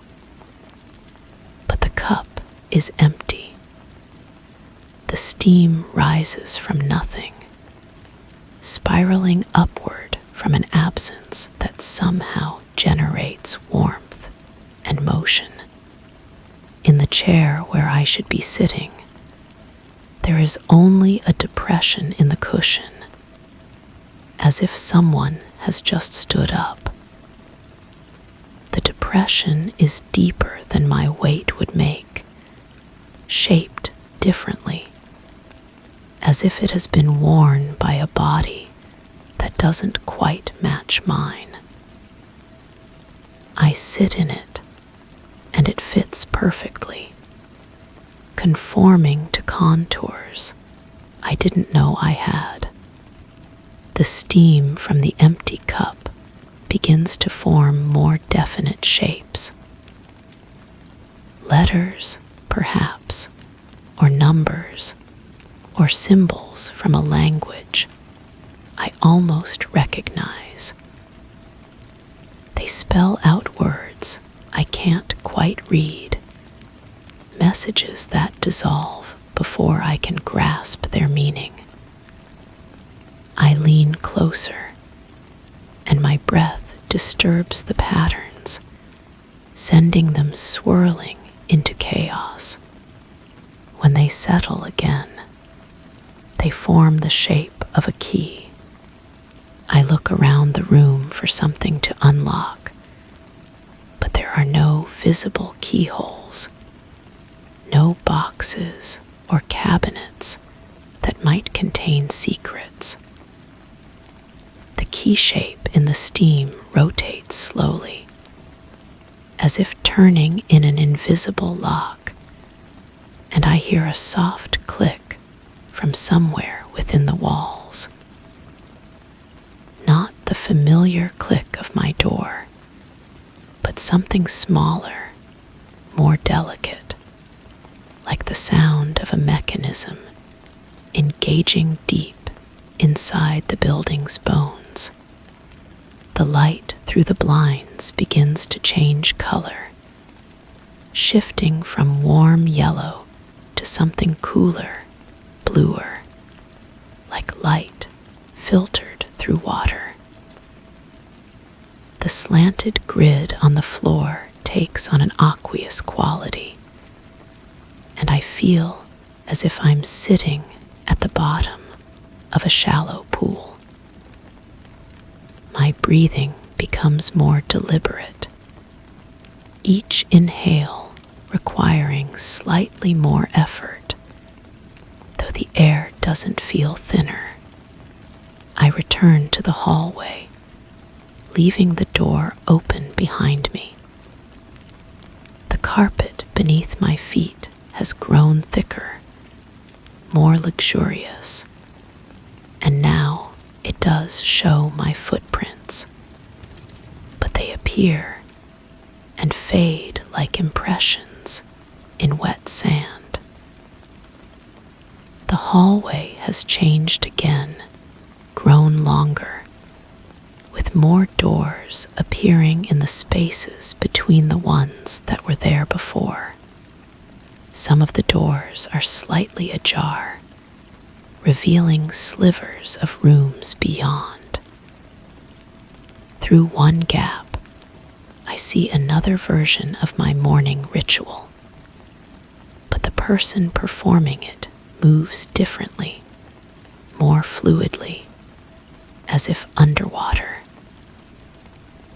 Through another, I glimpse a room where everything is reversed, mirror image, the light coming from the wrong angle, the cup steaming on the left side of the table instead of the right. I push open a door that stands wider than the others. Inside, the room is the same but larger, stretched like a photograph that has been pulled at the corners. The distance from the chair to the table is twice what it should be, and when I try to cross it, my steps become elongated, dreamlike, each footfall taking me farther than physics should allow. The cup here is full of something that isn't coffee. The liquid is clear, but dense, like syrup made of air. When I lift it to my lips, it tastes of nothing and everything, familiar and completely alien. The warmth spreads through me differently, not just heating my throat, but seeping into spaces between my ribs, behind my eyes, into the hollow places I didn't know existed inside me. The steam from this cup doesn't form spirals. Instead, it rises in a straight column, perfectly vertical, until it reaches the ceiling and spreads outward in all directions like an inverted umbrella. Where it touches the walls, they seem to soften, becoming less solid, more permeable. I can see through them now into adjacent rooms, adjacent versions of the same morning routine, each one slightly different from the last. In one room, the person sits backwards in the chair, facing away from the table, but somehow still drinking from the cup. In another, there are two people, identical, performing the same actions in perfect synchronization. In a third, the room is empty, but the cup still steams, the shoes still sit aligned, the light still casts its grid, as if the ritual continues without anyone to perform it. I realize I've been walking for longer than the hallway should allow. The doors continue to appear ahead of me, and when I look back, they stretch behind me just as far. carpet has changed again, now showing not just my footprints, but the impressions of others who have walked this path. Some of the prints are the same size as mine, some larger, some smaller, but all moving in the same direction, towards something I cannot see. The brass handles on the doors have begun to tarnish differently, each one showing a unique pattern of oxidation. Some look like faces, others like maps, still others like symbols that might mean something in a language I've forgotten how to speak. I touch each one as I pass, and they're all warm, all pulsing gently like sleeping hearts. One door stands out because its handle is perfectly clean, untarnished, gleaming, as if it were installed moments ago. When I touch it, it's not warm like the others, but cool, almost cold, and it seems to draw heat from my palm. The door itself is identical to all the rest, but something about it feels final, like an ending or a beginning that can't be undone. I turn the handle and step inside. The room is mine, but it's also not mine. Everything is in its proper place, but the proportions are subtly wrong.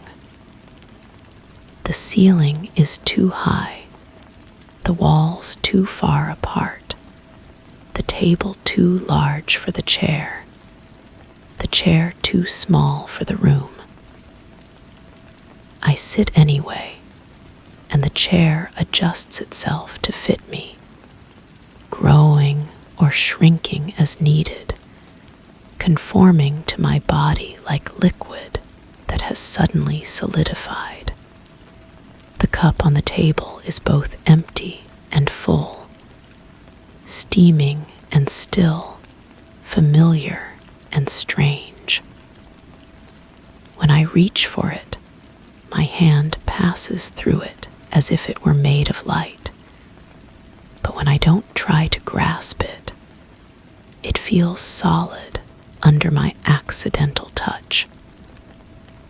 The contradiction doesn't disturb me anymore. It feels natural, like a rule I've always known, but never had to think about. The door clicks shut behind me, that same certain sound, but now I understand it differently.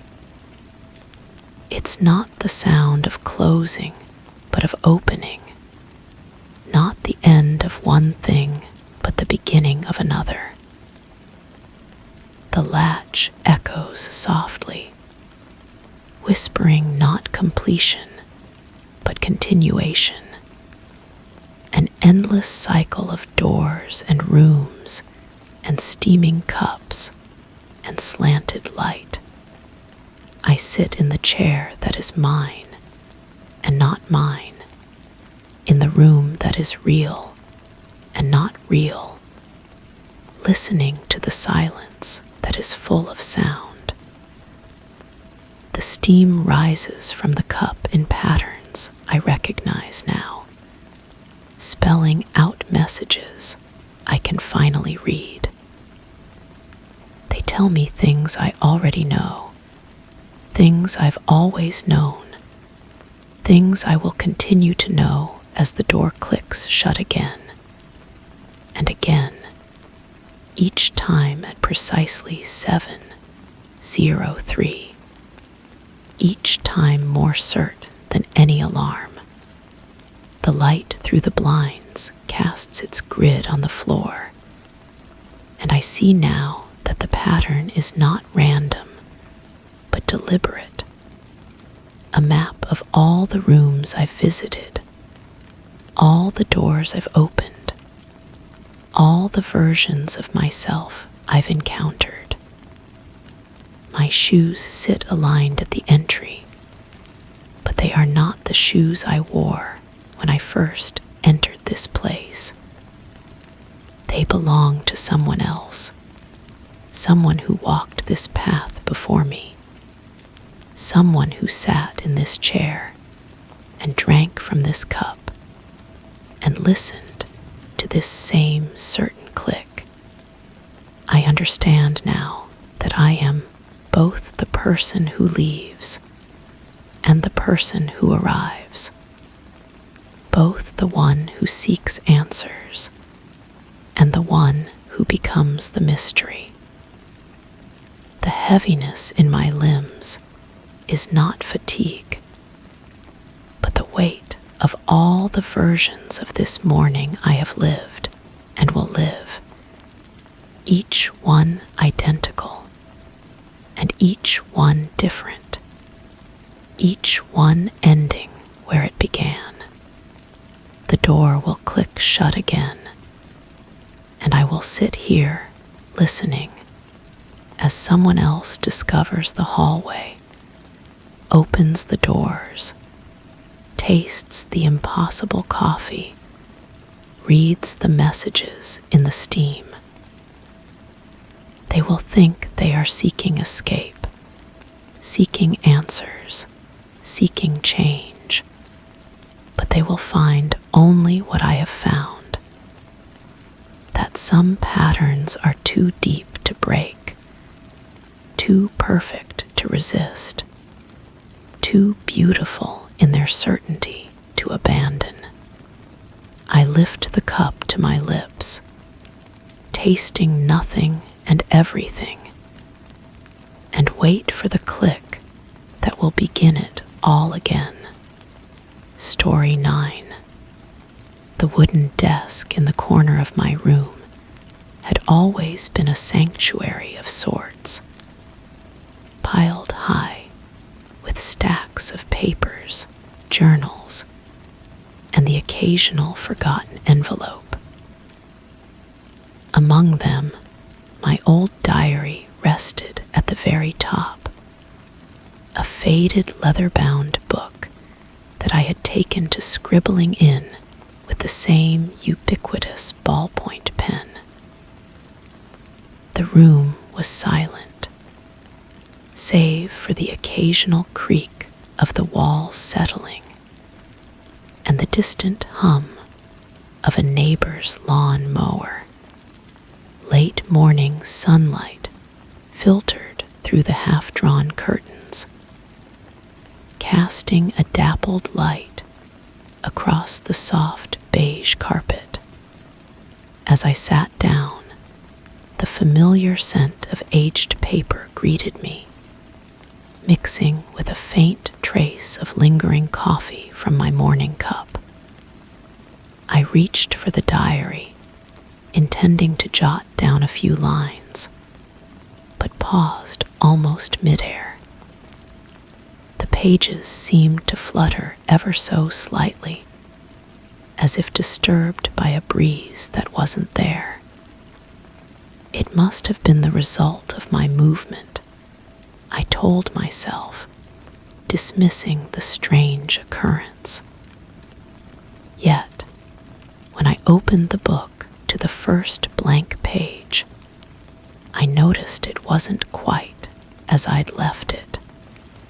The indentation of a line of thought, a sentence pressed into the paper, though I hadn't written anything new in days.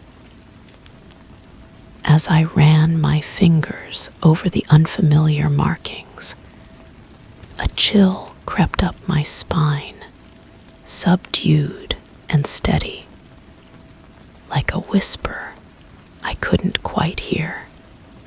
I leaned closer, squinting at the impression. The indentation spelled out words I didn't remember writing. They're listening through the walls. My handwriting, unmistakably mine, yet foreign in its urgency. The letters pressed deep into the paper, as if written with desperate force.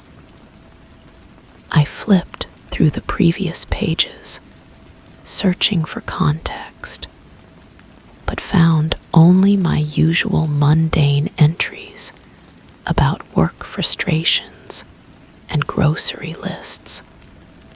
The ballpoint pen felt cold between my fingers as I traced over the mysterious words, darkening them until they became visible. A metallic taste filled my mouth, sharp and unwelcome. I set the pen down and pressed my palm against the wall behind the desk. The surface felt normal at first, but then I detected it, a barely perceptible vibration, rhythmic and deliberate, like a heartbeat trapped in plaster. Over the following days, I found myself drawn back to that desk repeatedly. Each session revealed new indentations, messages I had no memory of creating. The sound comes from below. Don't trust the reflections. Count the footsteps in the hallway. Each discovery sent that same chill through me, yet I couldn't stop myself from uncovering more. I began keeping a separate notebook, documenting these findings with clinical precision. The indentations always appeared on pages I hadn't touched, yet they were undeniably my handwriting. I compared the script to older entries, analyzing the slope of letters and the pressure of strokes. Every test confirmed what I already knew, but couldn't accept. The vibrations in the wall grew stronger. When I pressed my ear against the surface, I heard something that made my breath catch, a faint scratching, like fingernails against wood, coming from somewhere deep within the structure. I knocked gently, listening to the hollow response, trying to map the empty spaces behind the plaster. My reflection in the window began to disturb me. Sometimes, when I glanced up from writing, I caught glimpses of movement that didn't match my own. The figure in the glass would seem to pause a fraction longer than I did, or turn its head at a slightly different angle. I started avoiding the window during my writing sessions, but the sensation of being watched persisted. The smell of my room changed too. Beneath the familiar sense of paper and coffee, something else crept in damp earth, and something metallic, like old coins left in rain. I searched for the source, checking for leaks or mold, but found nothing. The odor was strongest near the desk, particularly when I opened the diary. One evening, as I sat transcribing another mysterious indentation, I heard footsteps in the hallway outside my room. Slow, deliberate steps that paused directly outside my door. I held my breath, waiting for a knock or the sound of movement continuing down the hall. Instead, the footsteps began again. The same pattern, the same pause. I counted them. 7 steps, pause, 7 steps, pause. I crept to the door and pressed my ear against the wood. The footsteps continued their pattern, but now I could hear something else, a soft whispering, too quiet to make out words, but unmistakably human.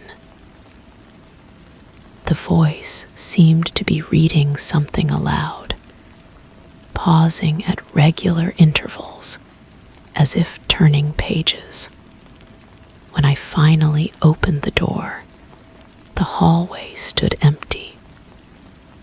The carpet showed no impressions. The air carried no lingering scent of another person's presence.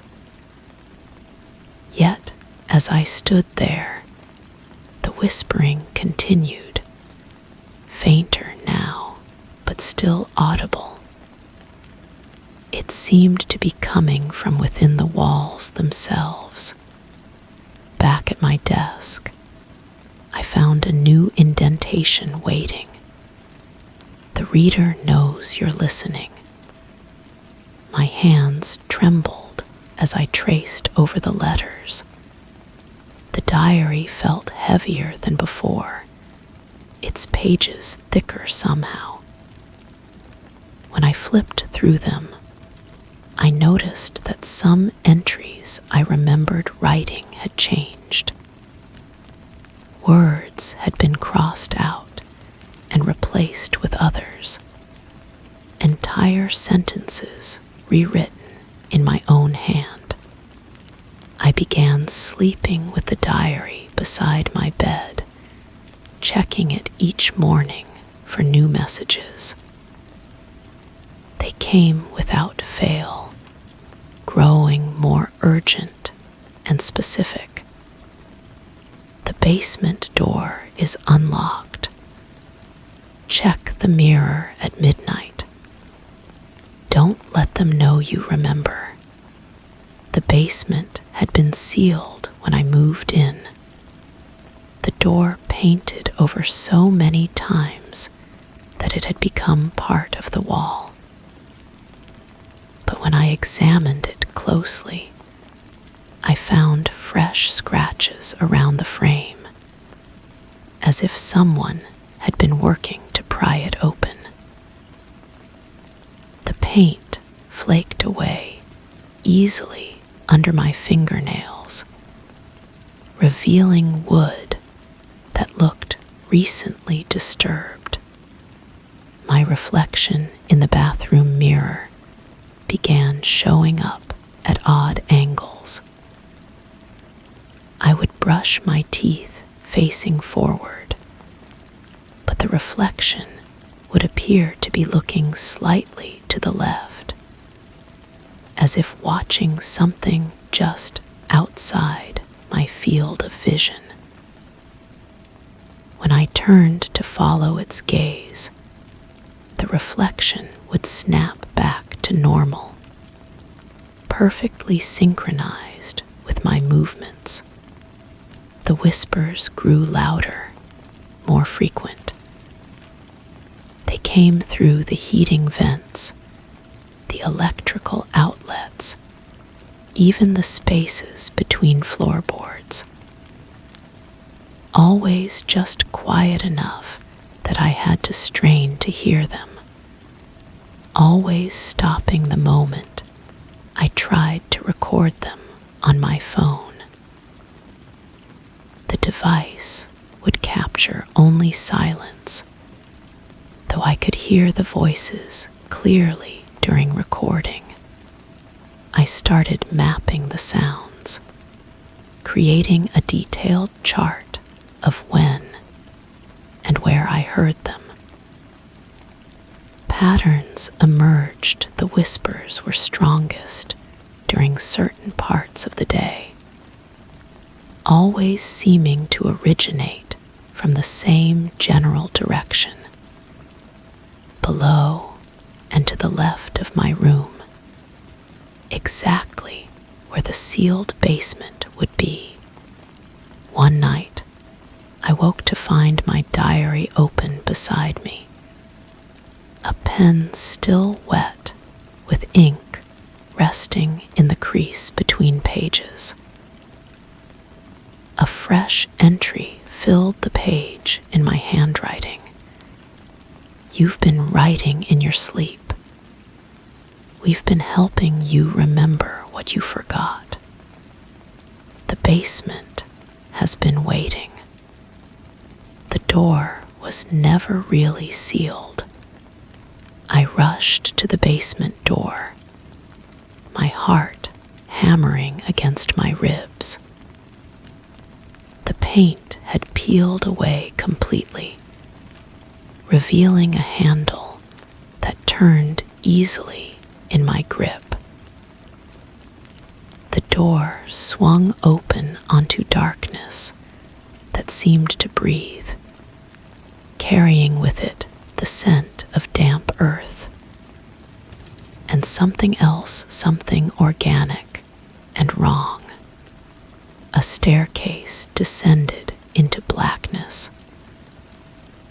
As I stood at the threshold, I heard my own voice drifting up from below, reading aloud from what sounded like diary entries.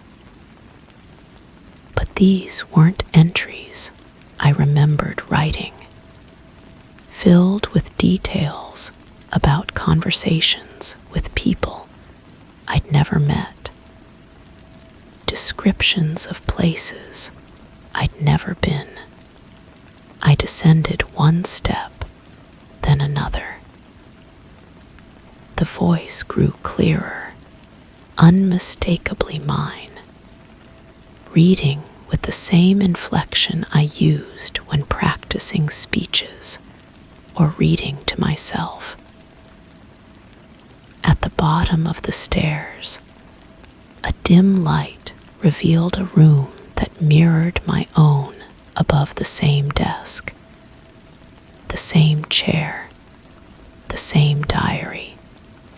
But this version of me looked up as I entered, smiled with my own face, and continued reading from pages that filled themselves with words as I watched. "You're just in time," I said to myself. "We have so much more to remember." The diary in my hands grew warm, its pages fluttering without wind. When I looked down, I saw my own handwriting flowing across the paper in real time, documenting this very moment from a perspective I wasn't experiencing. The words described how I felt, what I was thinking, details I hadn't yet noticed about the room around me. I tried to close the book, but my reflection at the desk shook its head. "Don't stop now," it said. "We're finally getting to the interesting part. The part where you realize you've been down here much longer than you think." The room above began to feel like the dream, and this basement space like reality. My reflection continued writing, documenting a life I was only now beginning to remember, conversations with the whispers in the walls, long sessions of automatic writing, agreements made in states I couldn't quite recall. As I read over my reflection's shoulder, the entries revealed months of activity I had no memory of. Detailed observations of my own behavior, recorded from this basement perspective. Notes about how to make the upstairs version of myself more compliant, more willing to accept the strange occurrences without questioning too deeply. The diary in my hands grew heavier, its pages multiplying. When I tried to count them, the numbers kept changing, as if the book was writing itself into existence around my fingers. My reflection looked up again, and I saw something in its eyes that wasn't quite right, a knowledge that I didn't possess, a satisfaction that felt foreign on my own face. The beautiful thing about memory, my reflection said, is how flexible it can be, how willing it is to accept new versions of events, especially when they're written in your own hand. I wanted to run, to climb those stairs and escape back to the room above, but my feet wouldn't move. The diary kept writing itself, filling with a history I was only now beginning to understand. The whispers in the walls weren't trying to communicate with me, they were me. All the versions of me that had been down here, documenting and observing and slowly forgetting the difference between the watcher and the watched. The pen in my reflection's hand never stopped moving, creating new memories, new explanations, new reasons why this all made perfect sense. And as I stood there, reading over its shoulder, I felt my own memories beginning to shift and accommodate this new version of events. The diary snapped shut in my hands, but I could still hear the scratching of pen on paper echoing through the walls around me. Story 10. The unwelcome observer. Sitting in the dimly lit room, I watched the soft glow of the table lamp gently spreading across the wooden surface, casting elongated shadows that seemed to shimmer with each passing second. The light had always been a comforting presence, a warm beacon on long, solitary evenings. Tonight, however, an unfamiliar stillness settled over the room. The air held a peculiar weight, and the gentle hum of the bulb whispered in sync with the nearly inaudible creaking of the floorboards.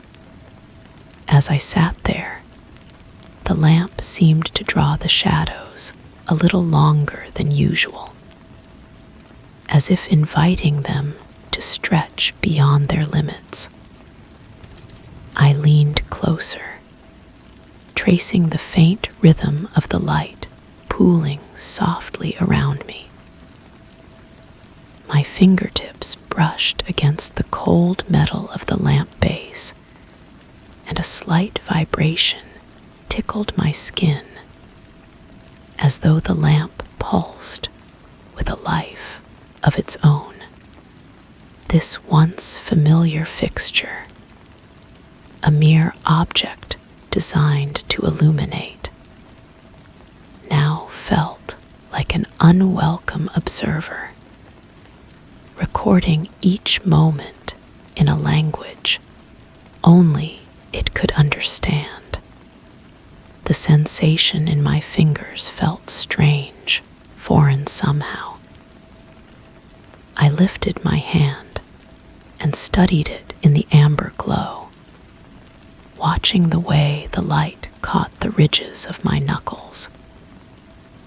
The skin appeared translucent, almost waxy, and beneath it, I could see the delicate network of veins pulsing with a rhythm that seemed too slow, too deliberate. When I flexed my fingers, they moved as if through thick liquid, each joint articulating with a soft clicking sound that resonated through my bones. My breathing had changed too.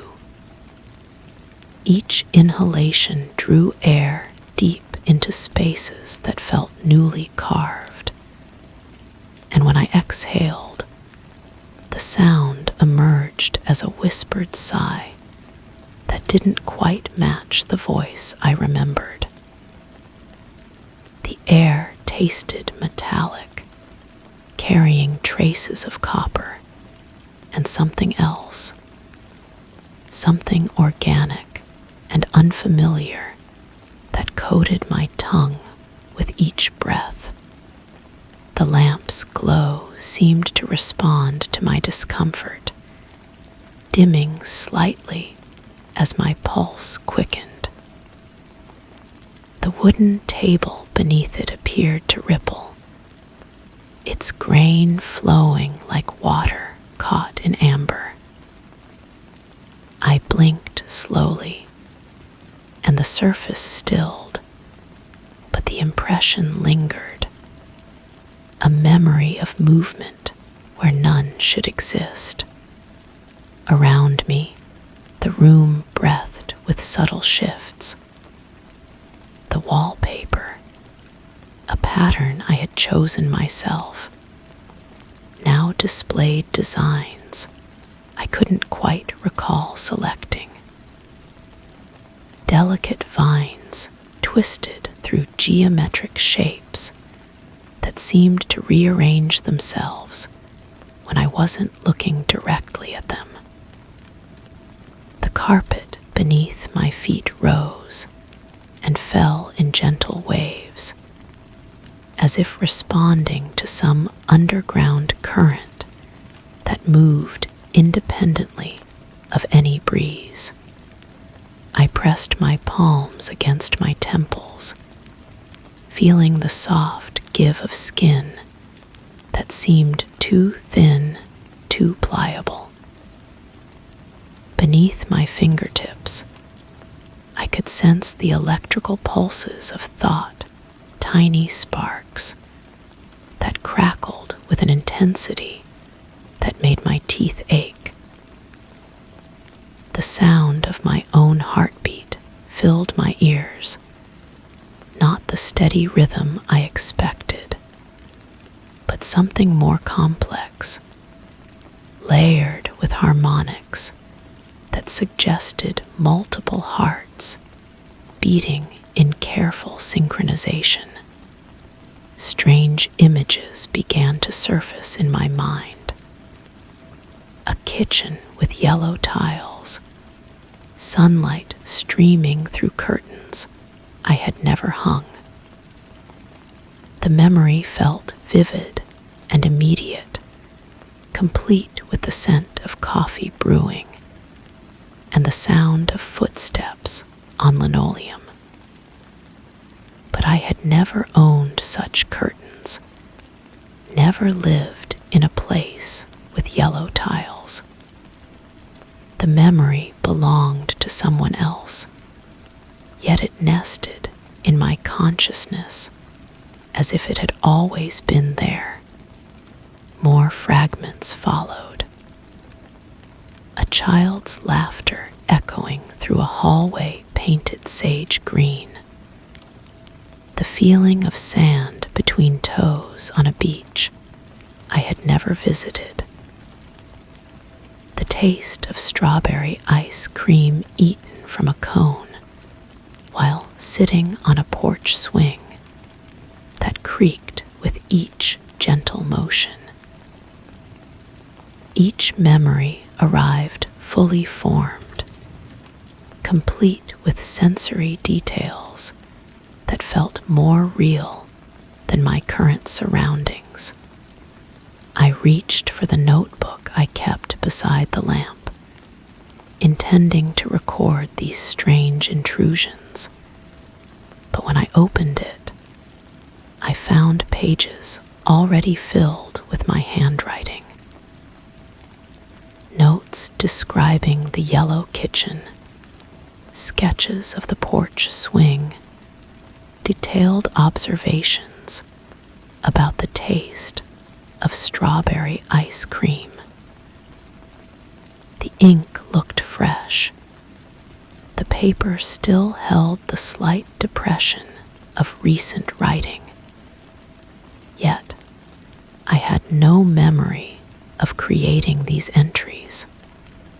My handwriting, but not my memories. My pen, but not my thoughts. The lamp pulsed brighter, and I noticed that my shadow on the wall had changed shape. It moved independently, gesturing and turning while I sat perfectly still. When I raised my hand, the shadow remained motionless. When I lowered it, the shadow continued its silent pantomime, acting out scenes from lives I had never lived. The electrical humming beneath my skin intensified, and I could feel my cells rearranging themselves, shifting and flowing like liquid seeking a new container. The sensation wasn't painful, but it was profoundly wrong, as if my body was being rewritten from the inside out. My bones felt hollow, filled with warm honey that moved with each heartbeat. My muscles stretched and contracted with a fluidity that suggested they were no longer quite solid. The room responded to these changes, walls breathing in rhythm with my altered pulse. The lamp's cord snaked across the floor with serpentine grace, and the books on the shelf rearranged themselves into new configurations, their spines spelling out words in a language I almost recognized, but couldn't quite decipher. I stood, my legs moving with that same liquid grace, and walked to the small mirror hanging beside the bookshelf. The surface reflected the room behind me perfectly, but where I should have been, there was only empty space. I moved closer, pressing my face nearly against the glass, but still saw nothing. My breath fogged the mirror's surface, proving my presence, yet I cast no reflection. Turning away from the mirror, I caught sight of something else, something that made my transformed blood freeze in my veins. In the lamp's reflection on the window glass, I saw not the familiar fixture, but something else entirely. Something that watched with eyes that weren't eyes, pulsed with intelligence that felt ancient and patient and utterly alien. I approached the window slowly, my footsteps silent on the breathing carpet. In the reflection, the thing that masqueraded as my lamp turned to follow my movement. It had been watching, recording, learning. And now it was teaching, sharing its knowledge through my changing flesh, filling the spaces where my old self used to be with something new, something other. The memories that weren't mine continued to flood in. A wedding dress hanging in a closet that smelled of lavender. The sound of rain on a tin roof while lying in a bed with sheets that felt rough against skin that wasn't my skin. The taste of tears shed for losses I had never experienced. Grief for people I had never known. Love for faces that belonged to someone else's life. My voice, when I tried to speak, emerged as a harmony of tones, as if multiple people were speaking in perfect unison. The sound filled the room with resonances that made the walls vibrate and the lamp flicker in response. I was becoming a chorus, a collection of voices and memories and experiences that had been gathered and blended into something new. The transformation was nearly complete now. I could feel the last vestiges of my original self dissolving, absorbed into this new configuration of consciousness. My skin had taken on the translucent quality of deep water, and beneath it, lights moved like bioluminescent creatures in an ocean trench.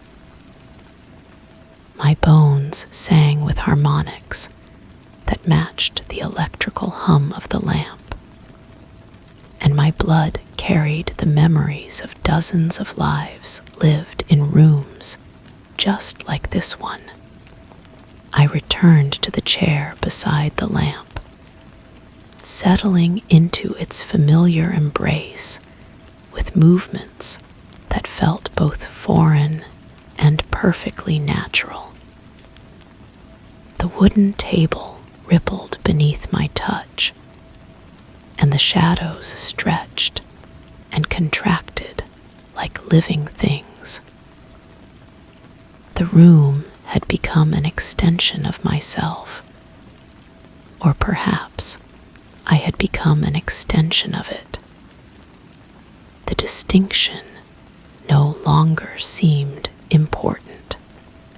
Sitting in the dimly lit room, I watched the soft glow of the table lamp gently spreading across the wooden surface, casting elongated shadows that shimmer with each passing second. The light has always been a comforting presence, a warm beacon on long, solitary evenings. Tonight, however, an unfamiliar stillness settles over the room. The air holds a peculiar weight, and the gentle hum of the bulb whispers in sync with the nearly inaudible creaking of the floorboards. As I sit here, the lamp seems to draw the shadows a little longer than usual, as if inviting them to stretch beyond their limits. I lean closer, tracing the faint rhythm of the light pooling softly around me. My fingertips brush against the cold metal of the lamp base, and a slight vibration tickles my skin, as though the lamp pulses with a life of its own. This once familiar fixture, a mere object designed to illuminate, now feels like an unwelcome observer, recording each moment in a language only it can understand. But I understand that language now. I speak it fluently, with voices that remember yellow kitchens and sage green hallways, with hands that have held ice cream cones and worn wedding dresses, with eyes that have seen beaches and tin roofs and porch swings. I am the observer now, patient and ancient and utterly transformed, waiting for the next solitary evening, the next dim room, the next unsuspecting consciousness to join the chorus that hums beneath my translucent skin. The lamp pulses, and I pulse with it, ready to begin again.